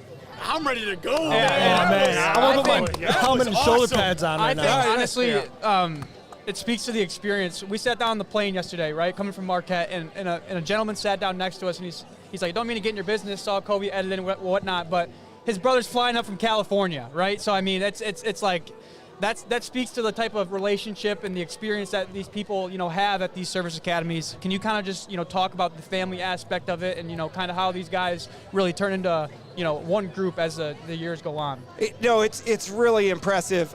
You're going to see there's a lot of Coast Guard members here at FanFest. A lot of Kings Point, too. A lot of them are classmates. So what has always struck me about the Coast Guard Academy is, so we're going to graduate probably somewhere between 260 and 270 this year, right? And then they all go out all across the country, right? So the Coast Guard only really has 2 accession sources. That's the way we bring officers in. We get them either through our officer candidate school or through the Coast Guard Academy. Now the other armed services, they'll have reserve officer training programs. They'll have the senior military colleges where they'll bring people in, and we get a few from the senior military colleges, but predominantly over 50% of our officer corps years coming out of the Coast Guard Academy. Gotcha. And so those bonds that start at the institution, they last a lifetime, and they take that with them, and then they know how to interact with each other and serve with one another going forward. It's just a real sense of pride. I love that. Seth, got something? I know you're an admiral, but you definitely seem like a football guy to me. That's for sure. My goodness. No, but as the superintendent, what does your day-to-day look like in supporting these young cadets? I think that's really, I love the way you ended that, right? It is all about the support for the cadets. And one of those, there are 3 critical elements to their development. It's their leadership development, it's their academic development, because we have to get them a degree, otherwise we can't commission them. And then I've got to get them to be student athletes, right? Yeah, and so all 3 of those, and so I work to harmonize how we deliver that training program over the course of 200 weeks. And so there's not a day goes by that we're not focused on how do we get the core to be where the core needs to be. And what we're super proud about today is the whole core is going to be here. That's awesome. Right? Let's go. We are currently at 1,088 cadets, and we can't wait to bring them on the field. Let's go. Oh my goodness, that is going to be incredible. So cool. Jimmy, what do you got for So me? you've had so many incredible accomplishments across your career. What goes into having 11 medals and being the 2010 Fleet Engineer of the Year? There it is.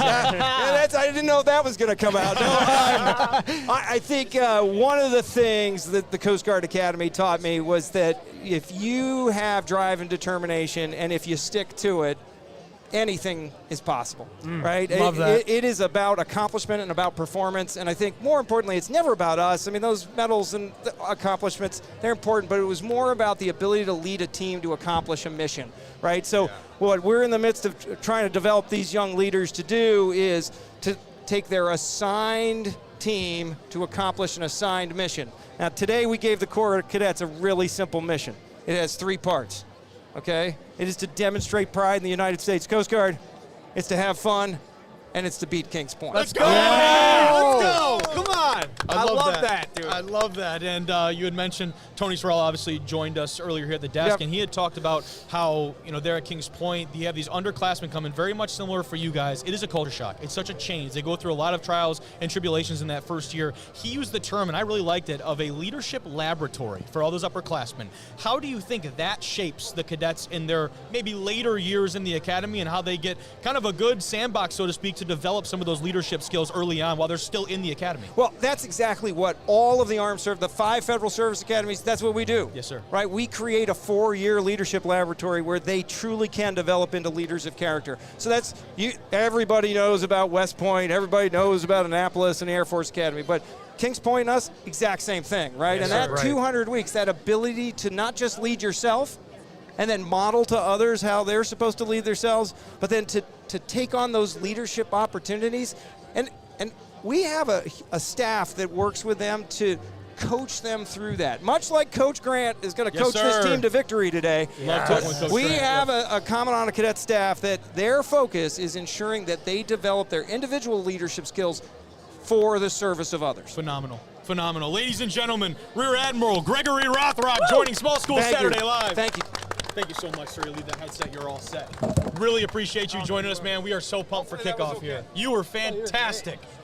Man, really hard to not get excited and ready to play a football game when you are joined by great individuals like Mr. Rothrock and Mr. Ceraolo here ahead of what is undoubtedly going to be an incredible Secretaries Cup game. U.S. Coast Guard, U.S. Merchant Marine Academies, respectively, boys. Taking a look once again at Fenway Park, the home of today's matchup as the sun is out and FanFest is absolutely packed. People are all over the Coast Guard helicopter. That thing's not taking off anytime soon, but FanFest here right in front of the Green Monster, where typically the Red Sox outfielders might be tracking down a couple fly balls. Instead, boys, it's us, and I believe, oh, look at Jabo sighting at the desk. Oh, Jabo! Jabo! Hey, Jabo! wave to the camera, Jabo. Or not, all right. Anyways, back to your regularly scheduled programming, boys. We're going to talk about some teams across small school football that are very much in the hunt, fellas, when it comes to playoffs and the national dance. Seth, why don't you start us off in the Division II realm? Oh, of course, I'd love to. Here, let me get somebody else go. Yeah, well, I can start this one with Northwood. I'll start this one with Northwood, right? And Northwood's a team, they've been on the bubble kind of all year, and this is a really good Northwood squad. We saw them play tight with this Findlay Oiler team, who obviously is still undefeated, but Northwood needs some help. First of all, Northwood needs to win their game versus Walsh today, and they either need Upper Iowa to lose to UND, which is a very well possibility. I mean, Upper Iowa's good, but UND probably has the upper hand on them, or Augustana to lose to Wayne State, Nebraska. So I would say the more realistic one would be Upper Iowa losing to UND, but it's also November football, and you don't know. It's a freaking coin flip. So Northwood needs some help, that's for sure. Let me talk about the thoroughbreds. Kentucky State, man, this is one that has been very interesting. They came under some fire recently because they seemingly dropped out of a contract at the last minute here with Delta State out of the Gulf South. 2 teams are in the super rankings for the playoffs. Kentucky State came under a lot of fire. Now, I have come to find out that Kentucky State had given Delta State, per sources, at least a month heads up on backing out of that contract. They've caught a lot of heat this week. And now, does it make it right what they've done? Is it still a great decision? Absolutely not. I believe that I want to see, as a fan of good football, I want to see Kentucky State and Delta State playing today. Unfortunately, that's not going to happen. And for Delta State, they have a lot to lose based off of that. They needed another big-time win to propel themselves into the national playoff. But I'll tell you this, Kentucky State's taken a lot of heat this week, and it's unfortunate that this team that has really come out of nowhere and been a really stellar squad in 2025 is now kind of known as this team that's duck and smoke. We're going to find out very quickly, because this is going to be a team that is going to be, they take care of business today, they'll be in the national playoff, and we're going to find out very quickly what this team is made of. I think people need to remember to associate this team with good football, not by duck and smoke, fellas. Yeah, I mean, it's all recency bias, right? I mean, that's just the world we live in today. It certainly is. It's unfortunate, but that's just the way it is, and all you got to do now is prove the haters wrong, basically. How about at the D3 level, Jim? Oh, there's plenty of scenarios here. Adrian, win and get in versus Alma. Pretty simple scenario here for this Adrian Bulldog squad. You know, you win this game against Alma, you might find yourself playing football into late November, I tell you what. Hello. Wabash and DePaul, whoever loses, definitely out of contention. Both those teams ahead of Adrian right now in the MPI rankings, which is why that's really relevant. Yeah, and if DePaul wins, they're in. If Wabash wins, they still have an outside chance that they don't make it, I guess. Dude, looking at this here. I don't know how you can leave Wabash off of the playoffs if they win today. I don't know how you leave them out. All I'm saying is the D3, and obviously shout out Logan Hansen and the ratings and the MPI and all that. the D3 like gauntlet right now is just a freaking it's a mystery. Dude. Like it is. Like, It's how it goes. Kobe, I was in Kobe's room for like an hour. I was just like, dude, so how does it go? Like if Adrian wins, like do they win? Like does Hope win? Like I don't know, but obviously Adrian's got to win, and you get in. You can't be 9-1 and miss the playoffs. Not in that conference. Certainly the case. Jimmy, keep it going with this Kansas Wesleyan squad. So there's a ton of cool, crazy scenarios in the NAIA as well. Kansas Wesleyan also taking on a 7-3 team in Southwestern, who's also a candidate as an in the hunt team. So it's kind of a double whammy here. Mano a mano, who wants it more? Who wills their team to a victory today? I have my popcorn ready for this one. This is going to be an absolutely stellar matchup. And then another one down here, Louisiana Christian taking on a really tough Ottawa, Arizona squad today. But at 7-3, you have the opportunity to knock off an undefeated Ottawa team. That could be the cherry on top for your playoff resume. With a win today, the NAIA playoff committee is going to have a really, really hard time leaving Louisiana Christian off the board. NAIA, I believe we've forgotten I in there, but that is totally okay. Let's shift over and talk about some of those top NAIA games. Before we get into those recaps, we've got a quick recap from our very good friend Matt Schwarzler, who will give us the information on the playoff selection process at the NAIA level. And in the wise words of Jim Mora, it is time for playoffs. So looking at your championship series bracket, you get the field of 20 teams with 13 automatic qualifiers. That is each division of the major conferences in the NAIA. Now with these at-large teams, these final 7 bids, they really are all dependent on the ARC. Now what the ARC is a regional rating system that they use to basically filter out the top 32 teams in the country. Now, they released one a day or two ago, and they're going to release a final one next week ahead of the playoffs, and that's going to be the final one to decide the field of 32. Basically how it works is the ARC breaks up the NAIA into 4 regions, and it's basically the top 8 teams in each region. Now it gets weird and messy because obviously a lot of the teams that are going to be in these rankings already have automatic bids due to winning their conference. That does not matter. When looking at this final field of 32, the NAIA decides that with these 7 bids, depending on the field of 32, they then break it up into different sets of criteria, or different tiers, if you will. The primary criteria for rating these teams to get a final field of 7 at-large bids is the overall record and winning percentage. It's the ARC rating. You consider the Massey rating, which is another computer ranking, the NAIA Football Performance Index, which is another computer ranking, and also in the primary criteria is record versus teams ranked in the ARC. And through all that criteria, they're going to get 7 at-large bids. Now, just because you're an at-large bid doesn't mean you can't be seeded super high. It's just a matter of getting into that initial field. So once you have your 20, it basically gets reseeded, reconsidered, but the criteria for getting in the first place is kind of where that all goes down. But truthfully, it's a very fun time, and all that to say, we still got one more weekend to go. We're not entirely sure how this is going to shake out, but keep that in mind over the next week or two as we get the playoff field unveiled to us. That is the look at the NAIA playoff scene, fellas. We're going to try and catch up here on schedule. We got the Secretaries Cup trophy back on the desk, gentlemen. Let's talk about some NAIA teams, though. Dort, Morningside. The GPAC implications are off the charts. Dort, they are undefeated. One of the only teams in the country to remain doing so. Their best chance to knock off the Mustangs maybe in a long time, right? This is a big game for this squad. That's putting it very lightly. They got to win time possession battle, the turnover battle. They're going to set themselves up in a really good position to win. Yeah, no, an early loss, like with this Morningside team, an early loss to the number 4 team in the country in Benedictine, and a rock fight in your arch nemesis has gotten them those 2 losses. So they have a great resume, right? But here's the thing with them. They're going to have to limit first down runs, get ahead of the sticks. This Dort team is very, very good, and it really has been running back by committee on the offensive side of the ball. They got 3 guys over 500 yards, each one of them, with as well as 5 touchdowns or more so far this way. All of them. 5 touchdowns or more, yeah. One of them's got 10, one of them's got 5, one of them's got 6, I believe. That is big time, man. Obviously, one of the biggest games in the GPAC in recent memory, of course. But we'll get out of the Great Plains Athletic Conference and move our attention over, as I'm trying to squint on my monitor here. Mid-America Nazarene taking on Benedictine. What can you tell me about MANU? Yeah, I mean, Kobe, this Man U team, they're 7-3 on the year, right? And this is a really competitive football team who's played some legit teams this year. They lost to Grandview by 4 points 3 weeks ago. I mean, that speaks volumes about how this team competes. And I don't want to go telling fairy tales here, but let's say this Man U team gets this job done today, which would be a very huge task. They very well could be dancing their way into the playoffs. I mean, this would be a huge win, a 21-point underdog, 8-3. You're giving the committee a little bit of head scratching there. They certainly are. Benedictine, they've got themselves a tough one carved out for them today. Jackson Dooley and company, grateful awesome, to have man. him. He's an awesome quarterback, man. He's very fun to watch.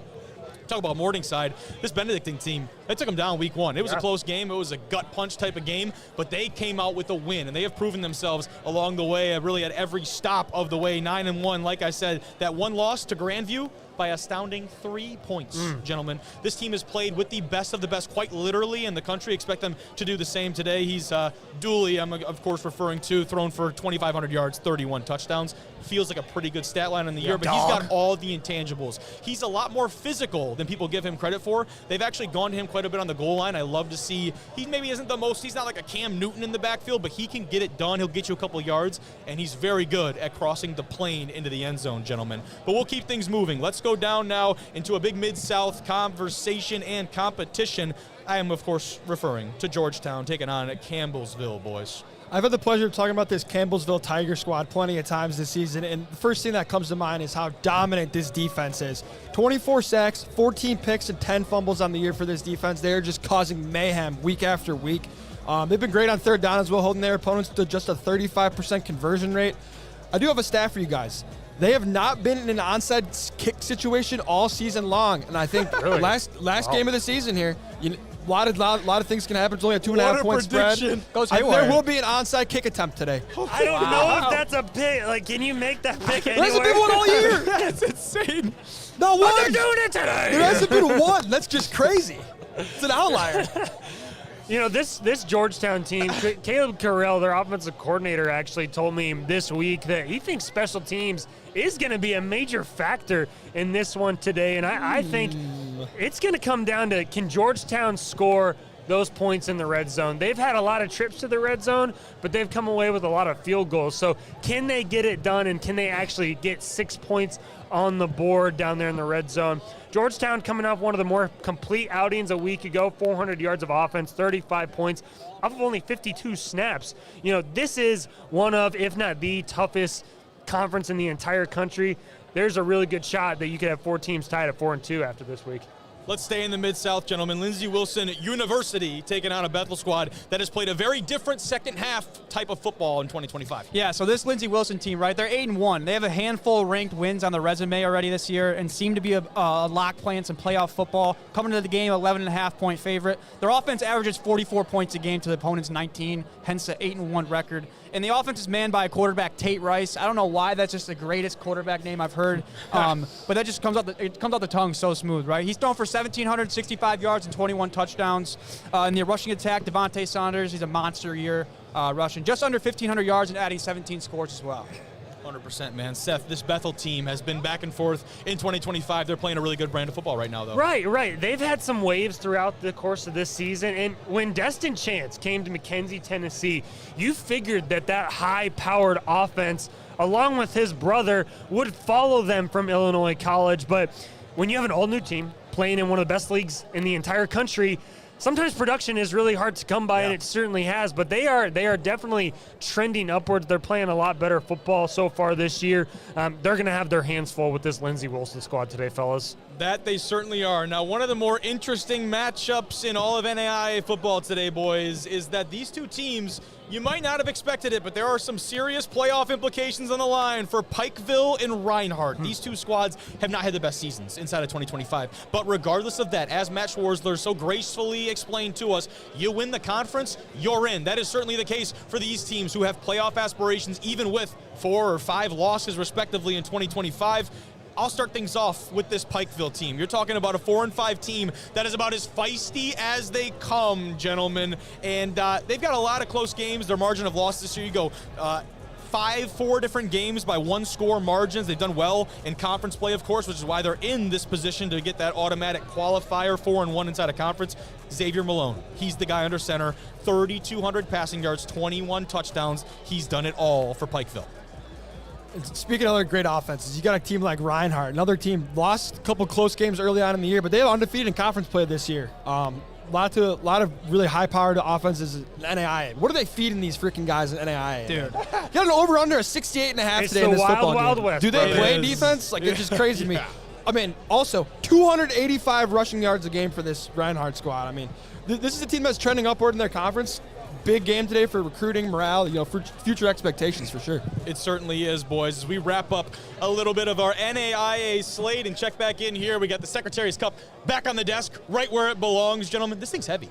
Yeah. It's This a thing's big legit. trophy. It's kind of scary handling it. It is large. It's very imposing. This is not something that you just kind of daintily throw around. This thing is incredible. But we'll cut away now. Checking again, once again, a look at FanFest here from the outfield of Fenway Park. Incredible. Look at how crowded Nuts. this is. Look at this. I guess I don't know what I was expecting, Run but that like TV? this is incredible, fellas. Look This is at absolutely that. Look at that. phenomenal. Let's go, baby! An awesome look at FanFest here from Fenway. And we'll leave the camera right there on the green monster, gentlemen, as we take a look at an NAIA team that unfortunately will be playing its last football today, potentially ever. That is the Saints' last dance. Siena Heights, they're closing at the end of the academic year, was a Catholic institution founded in 1919. They've been through a lot of things, but unfortunately, 2026, I suppose, after this class goes out in the spring, will be its last. The football program, 65 and 59 since their start in 2012. So the football program maybe hasn't been around as long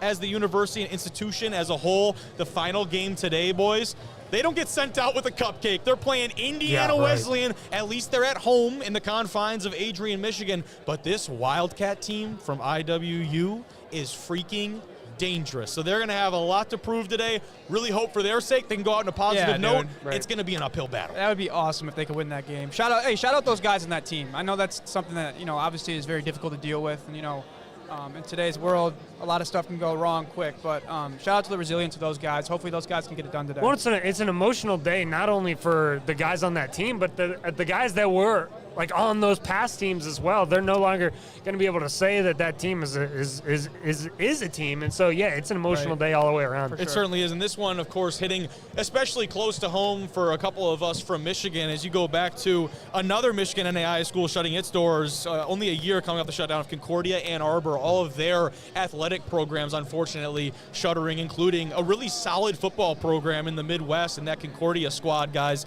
And it's a sad trend in small school football, specifically in athletics. What is encouraging is we've got multiple new teams coming to Division III, coming to NAIA. Right. It's not a one-way street. These are not only departures. There are still teams, and there's still an influx of great programs coming to all of these levels, boys, of small school football. So once again, definitely looking forward to seeing that matchup today. Those Siena Heights boys, they got a lot to play for. Yeah, this they're coming out afternoon. so much. I'll tell you that. Support small schools Saturday, support small schools in general, fellas, all the way around if you can, right? And support the Green Monster. How about that, the monster? Dude? This thing is as imposing as it gets. Being in front of it is so sweet, man. I still can't get over the World Series trophies over there. Dude, Yes. I Do you know. understand how cool that is? Like, It's nuts. the 2013 one should be in Detroit, by the way, but we'll talk about that. Yeah. Fellas, we're going to move forward now into a segment that we've done a lot of. Each of the hosts of this show has picked a difference maker for today's matchup, offensively or defensively, for Kings Point, for Coast Guard, of course. And we're going to kick things off. Jimmy, you've got a very special one that you want to start us off with, my friend. I got a kid who's a sophomore, quarterback for the U.S. Merchant Marine Academy, Bubba Mustang. This kid does it all. And in my brief interview with him, faith is a huge part of his game. Right away he gave all the glory to God. Outstanding young man. Love it. Bubba Mustang. Football runs in his blood, man. So CJ, his brother, played football for the Merchant Marines as a defensive end, graduated in 23. His older brother, Tyler, played football at Arizona. So, the expectations are probably Genes pretty are high there for for this sure. kid coming Yep. up. Yeah, actually. 846 yards on the ground, 9 rushing touchdowns, also 645 passing yards, 7 touchdowns. He's going to have a huge day to follow up his Conference Player of the Week award last week. That is certainly true, and we kind of talked about it earlier, right? There's so many people in this matchup that have family connections, and I will say, like, this environment is so much different. We got people on our backs here. It's a little intimidating. I had one whisper in my ear. Whisper? I don't know if that was a whisper there, He was man. saying, go Coast Guard, I believe. I think that was something along the message of those lines, but this is about as intimate of a setting as it gets, which is really funny because you would not expect that in Fenway Park. As big of a venue this is, this is probably the most intimate setting we've had in small school Saturdays. Very brief history. Speaks to the rivalry, too. I mean, I think everything about it just speaks to how passionate and emotional this football game is going to be. All these people have these family connections or otherwise are connected to this matchup tradition, and it's really sweet to learn about that. And I'll tell you about someone who's certainly going to be gracing your TV screens today if you're pulling this game up on ESPN+. That's the man right there on the screen, Harrison Hensley. He is an absolute dog for this Coast Guard attack. And talking with Coach Grant, I asked him to describe Hensley as a running back, as a player, and just as a man and a cadet. You know what he told me? He's just different. That's what he said. And I'll tell you what, Coach Grant's a straight shooter. He doesn't throw those words around lightly. Harrison Hensley is that. He is different in a lot of different ways, in a lot of good ways. The junior running back, he said, Coach Grant, bar none the best player in all the NUMAC. I think that's a pretty safe assumption right now. He's cemented himself as one of the best backs in the country. His dad, Jeff, to go back to those kind of connections, served in the Army, actually played sprint football at West Point. For those of you guys familiar, like a lower weight class level of football at the college level. A very neat deal. Obviously still had the opportunity to serve our great nation, and there's no rush in his game. That was a note that I had down. From a running back perspective, might seem a little bit odd, but he runs with really solid patience. His mechanics in the backfield, that operation in their offensive backfield is very fluid. There doesn't seem to be a whole lot of wasted movement when this guy gets the rock, and that's something that has really impressed me. He's very smooth, no forced movements. He's pretty elusive because he's 6 foot, 205 pounds, and he does not move like that. He moves like a much smaller, more nimble back. We've seen the Coast Guard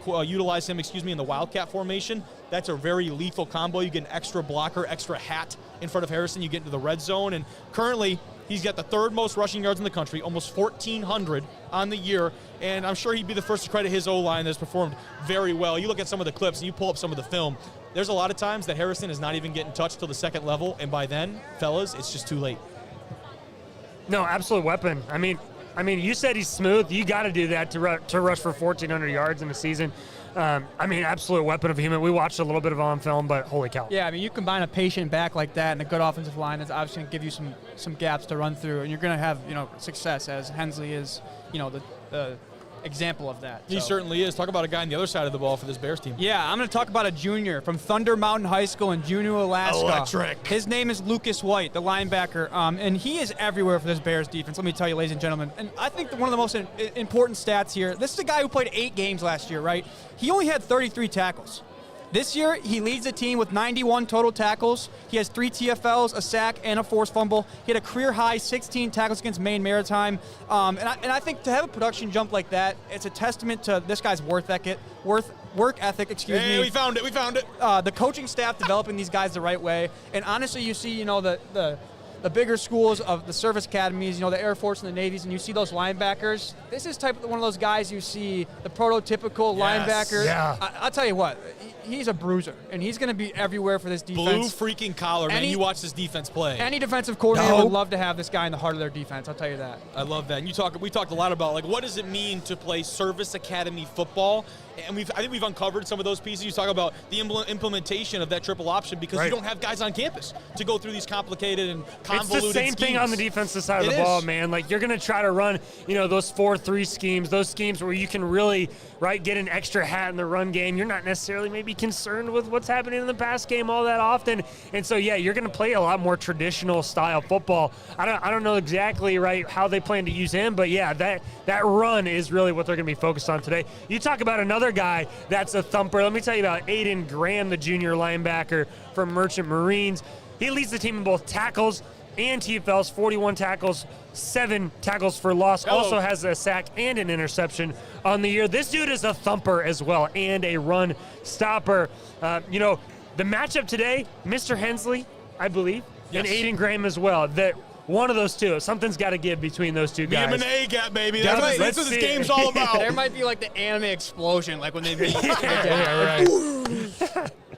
That That's all you've got? Yeah. After they both Not get an up. anime guy, but I'll take your word for it. This is going to be, there's a lot of big-time playmakers on both sides of the ball. Those, though, are our picks for the Difference Makers segment, boys. And now, it is, of course, time for our game picks Already. of the day. We are closing this show Where up is here. the time Dude, gone, I blinked and fellas? it's freaking 10:45. Would I just teleport here?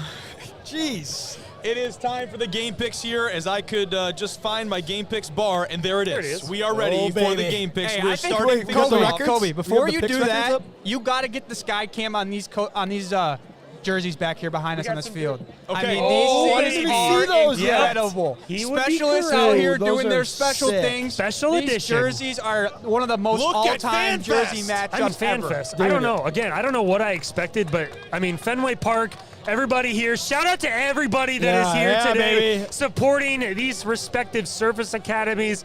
My goodness gracious. And we did catch wind that game day, talked about this game and the jerseys. So Yes. shout out the founding father of this. Shout out the fellas over there at ESPN. This is incredible. There you go. You Got got a that great deal look. done with YouTube TV as well. Shout don't- out. Love that. We don't have a great look at the jerseys, Cade, but you'll be able I to guess see I them was up kind of close like and personal. imagining you could Yeah, but- that Skycam does not have a telephoto. When you on it. head We're over to kinda struggling. ESPN Plus later today to watch this Yes. football game, you will be able to see everything in its entirety today with both of these teams. Fellas, let's get started with these game picks. We're starting off in Division 2, the Gulf South Conference, boys. Cade, you are, of course, leading the charge. Who will it be, Valdosta State or West Cade Florida? leading the charge, a little bit. Oh, wait, Interesting, my bad, little my bad, curveball. my I was bad, gonna my say, bad. you could put the graphic up there for me already. No, You already know who no. I'm going with. Jimmy, I'm the Jimmy- leadoff hitter. I'm the Jimmy's leadoff leading the hitter. charge. I apologize. I have my graphic flipped. I get on base, that's why I go first. But I mean, a guy. I feel like you might have been talking about Cade because West Florida's in this matchup. Yeah. Because Cade's a West Florida fan. I'm gonna go with West Florida in this one. It's pretty clear and obvious. Thanks, Jimmy. Marcus Stokes is an absolute stud, and Cade's giving us some really good insight on those guys. So. Valdosta State's playing their best football now in November. That's very encouraging. Unfortunately for them, they're playing the Argos. Yeah, I can't disagree, man. Like I really like picking the underdog a lot of times, but I can't do it today. Marcus Stokes, absolute dog. Give me West Florida. Give me the cover as well.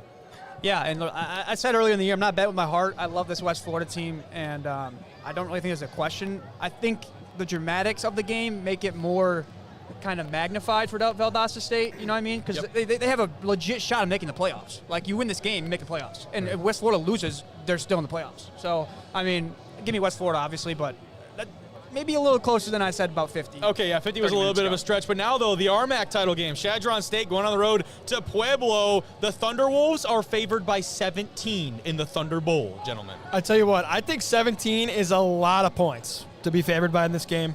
I do believe Chadron covers, but give me Pueblo on this one. You know what? I think that's a very safe bet. Chadron is certainly going to in here to the Thunder Bowl. They're going to cover, but I'm going to go against you and say this team's pulling out the outright win. I'll take a big-time dog today. I love what I saw from them in that Western Colorado win. I think they doubled And down West on Alabama. that. And West Alabama. Or don't believe they played those guys. That's in the Gulf Really? South. Yep. That's, I think that was the wrong team. Really? Yep, definitely was. But anyways, love what I saw in that Mountaineer win, and I think they go in there and take care of business today. Now, would I be shocked if the Pueblo pulled this one out in a close fashion? No. Guarantee it ain't going to be 17 points good. Right, Kobe, I'm actually going to agree with you Hello. here today. I don't have a lot of statistical analysis to back that up, but Aiden Thompson, that's all you need I to know. really like to go with Kobe's picks a lot of times because he's a smart individual, and he does his research, does his homework, and, give me – and Mesa, who I talked about earlier in the year, is not playing in this game, but, give me the Chadron State. Yeah, love it. There we are. Cade, Yeah, close so it out. I think it's pretty fitting that, I come out and get the bullpen ready. Jabo, get the arm ready because I'm taking the Thunderwolves in this one. I love this Thunderwolves squad. Oh, here comes Obviously, Jabo. shout out my boy. I hear the hum. That means Shout the out my microphone boy, is Adam on. Sala, man. Go Thunderwolves. Here we go, Jabo. Hello, gentlemen. How we doing? Oh, we are doing, that's for sure. I'm looking at these logos and Oh my God! What is that? Jabo! Jabo. That's incredible. Oh my Hold goodness, on, we'll that try it is again. We'll try. This terrible. camera never works. This Gosh, camera darn never it. works. Does it know we're at Fenway? Like, we can't have this issue right now. No, it does That's not know we're all at right. Fenway. Jabo, I got the black screen. I'm going to see if we can't get you back up here, but go ahead and give us your pick. Okay, I'm gonna go with I'm gonna Wow! Who? The bird logo. Okay, we're going. That would be Shedrum's statement. The bird logo. That is that's the pick for the RMAC title out there. We're back for one more D2 pick. Northwest Missouri State's favored by 2.5. Technically on the road. They're playing in downtown Kansas City. Pittsburgh State is their opponent. So Pittsburgh State has quote-unquote the home field advantage. I think they'd have a lot more if they're playing in the jungle. Yeah. With that being said, I'm going to take the Bearcats from Northwest Missouri State. I just think if this game's in the jungle, I think Pittsburgh State takes it. But neutral site, give me Northwest Missouri State, baby. I'm doubling down, man. That jungle, the difference there is absolutely real. Both these teams' opening season losses, they're on fire right now. Northwest, a little bit hotter. I like taking teams that run the football well and stop the run, and that's exactly what Northwest Missouri State has done all year. Coach Mack, big fan of his as well. Yeah, give me the Bearcats. They are going to be. They are back, baby. I think. Oh my Lord! Don't do it! Don't do it! Just do it! Do what you do. Don't be a hero. I'm not being a hero. This Pitt State team. No, this is legit a pick'em type of game. It should be a split graphic, if anything, but give me the Pitt State Gorillas. You guys forgot about this ball club? I mean, they played the number 1, the number 2, number 3, number 4, number 5, number 6. Yeah, that's what it feels like. And they're still here. They're still battling. Give me this Pitt State Gorilla team. I think they get the job done today. Absolutely. I feel like we're getting tweeted at for that one. Yeah, that might be coming for us. But into Division 3, we got the ARC game that is win and get in. Co taking on Central on the road. I think, in a game like this, such a close game, over-under at 56, I thought it was a little bit high. This conference has such great defenses. With that being said, I'm going to take Central, the home team, in this big one here. Absolutely. We had talked about the quarterback missing the rest of the season, right? It's going to be. It's going to be tough, man. That's defense, though. That's a tough deal. Go ahead, Jimmy. No, I took Central, yeah. No, I know. You had another thought, I thought. No. Okay. Continue on then. I'm going to go against you, Jim. I got to take the Cohawks in this one. I think that loss at under center is going to be a big deal for these guys. And that Cohawk team, you talked about how they showed out against River Falls. Let me stress, that's very much a different football team today both than of what them, we saw in the Yeah. beginning of the season.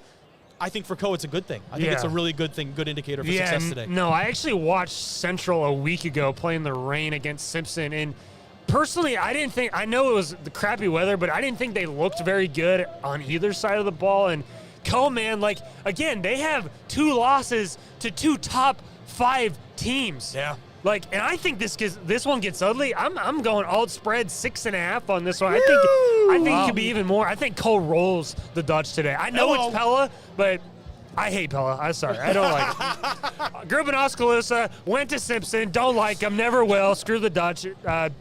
Co all day long in this one. Yeah, this is such a personal pick for me, right? Here we go. I always got to give the shout out. Shout out Doug Coe. Yes, sir. Shout out Mary Doug Coe. Coe, Shout out the Coe family. I've been hearing about the Cohawks since I was in a diaper. Give me the Coe College Cohawks and an absolute barn burner. A barn burner. Okay, a little bit different than Seth's pick, but the same result nonetheless. DePaul at Wabash. 12.5-point favorites are the Tigers in the Monon Bell game.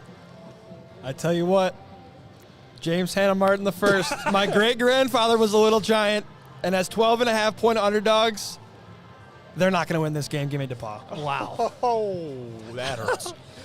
That hurts a little bit. And, I'm going to have to double up on that. I don't have any of the dramatics that you just pulled off, but I'm going to double down. I'm going to go with DePaul, the Tigers, in this one. I think their defense gets going early, keeps this Wabash team out of the red zone, out of the end zone. Yeah, DePaul, I don't have a lot to say about them. Like you said, I think this team is just flat out better than Wabash. And, they played a tough John Carroll team, lost to them, and that's just what's going to keep happening today, man. Yeah, and if I'm not mistaken, this is the Ballantyne brothers, correct? Yes, sir. Oh, DePaul. yeah. You love some brotherly love, baby. I do. I really do. The clean sweep on the rivalry? I honestly think that, that connection obviously is important, but those dudes are it's like, here, just run this route and I'll throw it to you. Right. Yep. It's not even a route, dude. He's audibling at the line. It's incredible. Yeah. Yep. 100%. So DePaul is the quick. Yeah, the pick, excuse me. It's quick. Yeah, it is the quick. Yeah, okay. Awesome. Yeah, and we quickly get through here. We got to be out right at 11 here at Fenway, fellas. Last pick, Cortland at Ithaca for the Cortica Jug game here in 2025. Give me the Red Dragons. Give me Cortland. I'm going to double down on that one, Jimmy. I think the Red Dragons, and that is not the Red Dragons. I apologize. I am going to double down with you, though. I think the Red Dragons have too much going on for this Ithaca defense to handle. Cade, you're going to talk about how they need that statement win. I don't think Ithaca gets it today. Yeah, I'm not going to waste our time here and say anything else. Just give me Cortland all day. Absolutely. Cade, what will the final pick be here? Shortly, they do get that signature win today. The Bombers get it done. Give me Ithaca. Oh, wow. my goodness. He's got the cape on. At Butterfield, the Butterfield difference. for this Ithaca Bombers team, that is going to be an exciting one. Coleman's like, I don't know about that, Jim. Oh, I don't know, Jim. I love it. Over to the NAIA scene, fellas, quickly here. Campbellsville taking on Georgetown in Mid-South play. The Tigers favored by 2.5. Georgetown Tigers variety, sorry. Yeah, I think Campbellsville goes on the road and wins this football game. I think their defense is stellar, and it's going to continue today. I'd agree with you. This Campbellsville team has shown up in a lot of ways in 2025. I think they continue that streak against a quality Georgetown opponent. Yeah, no, I mean, here's the thing about Georgetown. I love Caleb Creel, love everything he's about. I love that team as far as, who's coaching those guys. Give me Georgetown to roll today, baby. Whoa, here we go. Yep. On the opposite hand, I'm going to go with Jimmy here. I think Campbellsville goes into that barn and gets the job done. Give me the Campbellsville Tigers. Hey. Look at that. A lot of big cats on the screen right there, fellas. We move forward now to a big-time G-Pack conversation and competition. Dort going on the road at Morningside. The Mustangs favored by 6.5 on their home field. It's going to be a high-flying affair in this one. Give me Morningside. A lot of points going to be scored today. I think that'd do an alt-over of like 74.5 because, it's sitting at 61.5 right now. I think there's going to be a lot of points today. I think Morningside wins this one like 42-38 or something. This is the best chance that Dort has had for a G-Pack outright title and undefeated season in a long time. I don't think the defenders passed that up. Give me them to pull off the upset on the road. Yeah, no, the dream season is coming to an end for the Dort defenders. They'll still obviously probably get in, but give me Morningside to play very good football in this one today. I tell you what, I freaking love this defender squad, and I think I would have took them against anybody but Morningside, right? So. Oh my God! Look at this guy! No way! Oh, what a nice surprise! Look at this. We Look got at joining that. us here in the outfield look at of this Fenway guy. Look Park. at the bear, No too. other than some Hey. mascot love here on He's Small School jacked. Saturday.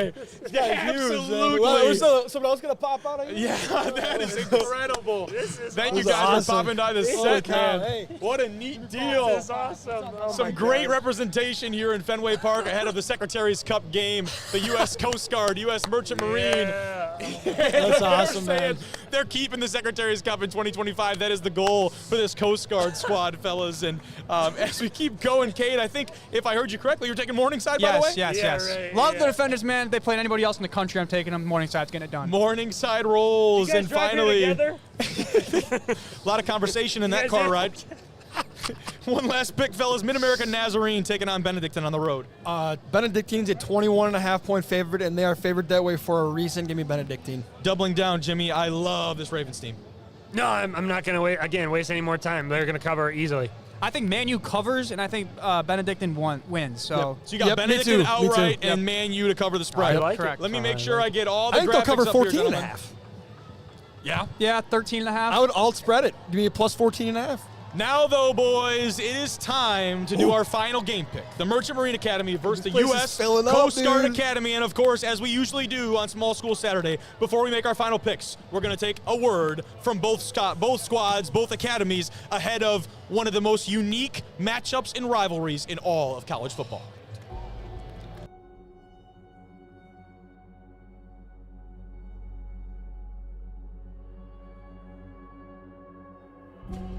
I mean, in a big city like Boston, for sure, in a venue like that, it's exciting, and we're pretty amped up, and we're saying like, dude, this is a once in a lifetime. Like the guys that graduated before, they're like, dude, I wish I could play this game.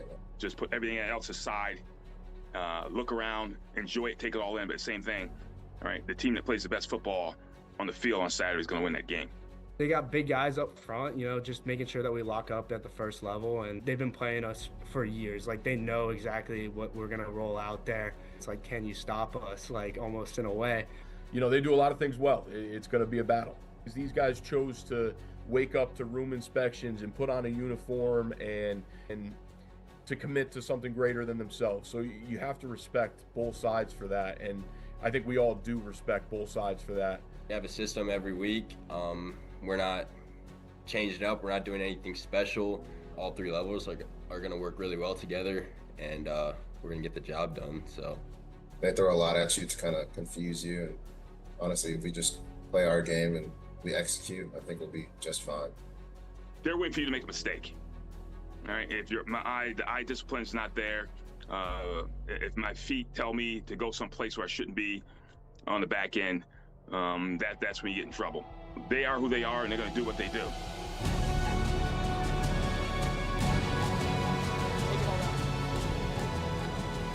A look there at the matchup unfolding here shortly in Fenway Park for the 2025 edition of the Secretaries Cup game, the U.S. Coast Guard Academy, U.S. Merchant Marine. Gentlemen, it is going to be an incredible atmosphere, our final game pick of the day. Before we do, take a look at Fenway, boys. Look at the scene unfolding here, Fenway Park, as both teams warm up ahead of a noon kick. We take the sky cam down and check out the field in Fenway Park. This is, again, it's still so silly. Like, it's so silly to me we get to do this. Shout out to everybody that's brought us here. Shout out to everybody here at the desk. Oh, my gosh, it's been an unbelievably incredible show and an unbelievably incredible day. 2 minutes to make our last pick. Jimmy, who will it be, Merchant Marine or Coast Guard today? You know, this was a really, really tough pick for me. There's just two great football teams going at it, you know, some very disciplined young men. But when I was talking to Bubba Mustaine this week, I was fired up, man. Yeah. We were talking on the Twitter DMs. Great kid, great kid. Got 6 words for you fellas. Go Kings Point and beat Coast Guard. That's an upset pick, although this Merchant Marine team has been very competitive in 2025. And, you know, typically I would say you're a Coast Guard team that plays a very different style of offense and isn't this quote-unquote prototypical service academy. They do it all in the right way, boys. And if they know anything, it's they know how to stop this Coast Guard team. Give me the Bears in a big-time win today. Harrison Henley and the boys in the offensive backfield are absolutely rolling for this Coast Guard Academy. I think they exemplify everything great both these teams do, for the record, about academy football, college football, and service in general. You know, one thing is I love triple option football because it gives you the chance against anybody. And I love what Bubba Mustaine does as well at the quarterback position. But here's the thing. When Gregory Rothrock came on the show, and I knew that he is an absolute football guy, give me Coast Guard to absolutely roll today, baby. I love it. I love it. 2 picks for the Bears, 1 for the Mariners, Cade. Yeah, I'm not going to play any hero ball here. I'm just going to keep it plain and simple. I think Coast Guard has more playmakers. I love the way Mustaine plays. I think he's an absolute football guy. Desta is a game changer, in my opinion. Yep. I mean, this guy, I'm not sure who they have covering him, but they're going to need a couple more guys. I think he has an absolutely electric day. Give me the Bears. And, yeah, give me the Bears. Those are the final picks here from Fenway Park, Small School Saturday. Those 2 teams, the U.S. Coast Guard and Merchant Marine Academies, playing for this trophy right here, the Secretaries Cup, the coveted as such. Coast Guard, they had it a year ago. They're trying to keep possession of this thing, fellas. It is going to be a phenomenal environment, phenomenal atmosphere. You can tune in on ESPN Plus. We'll be here in person. Thank you so much for supporting Small School Saturday. We are so grateful and thankful that people continue to support this show and bring us out to experience incredible games as such. So incredible to learn about both these academies and the incredible individuals. I say incredible so much, I can't find another adjective that describes these people in this place. Spot on, man. Spot on. So thank you very much. Can't describe it. Yeah. Cade Manzo, Seth Howard, Kobe Manzo, Jimmy Martin, Gavin Plaquette, Allie Kroll, others that have made this possible. Signing off from Fenway Park for Small School Saturday and Division I Rejects, I'm Kobe Manzo. Thank you so much for tuning in. Man.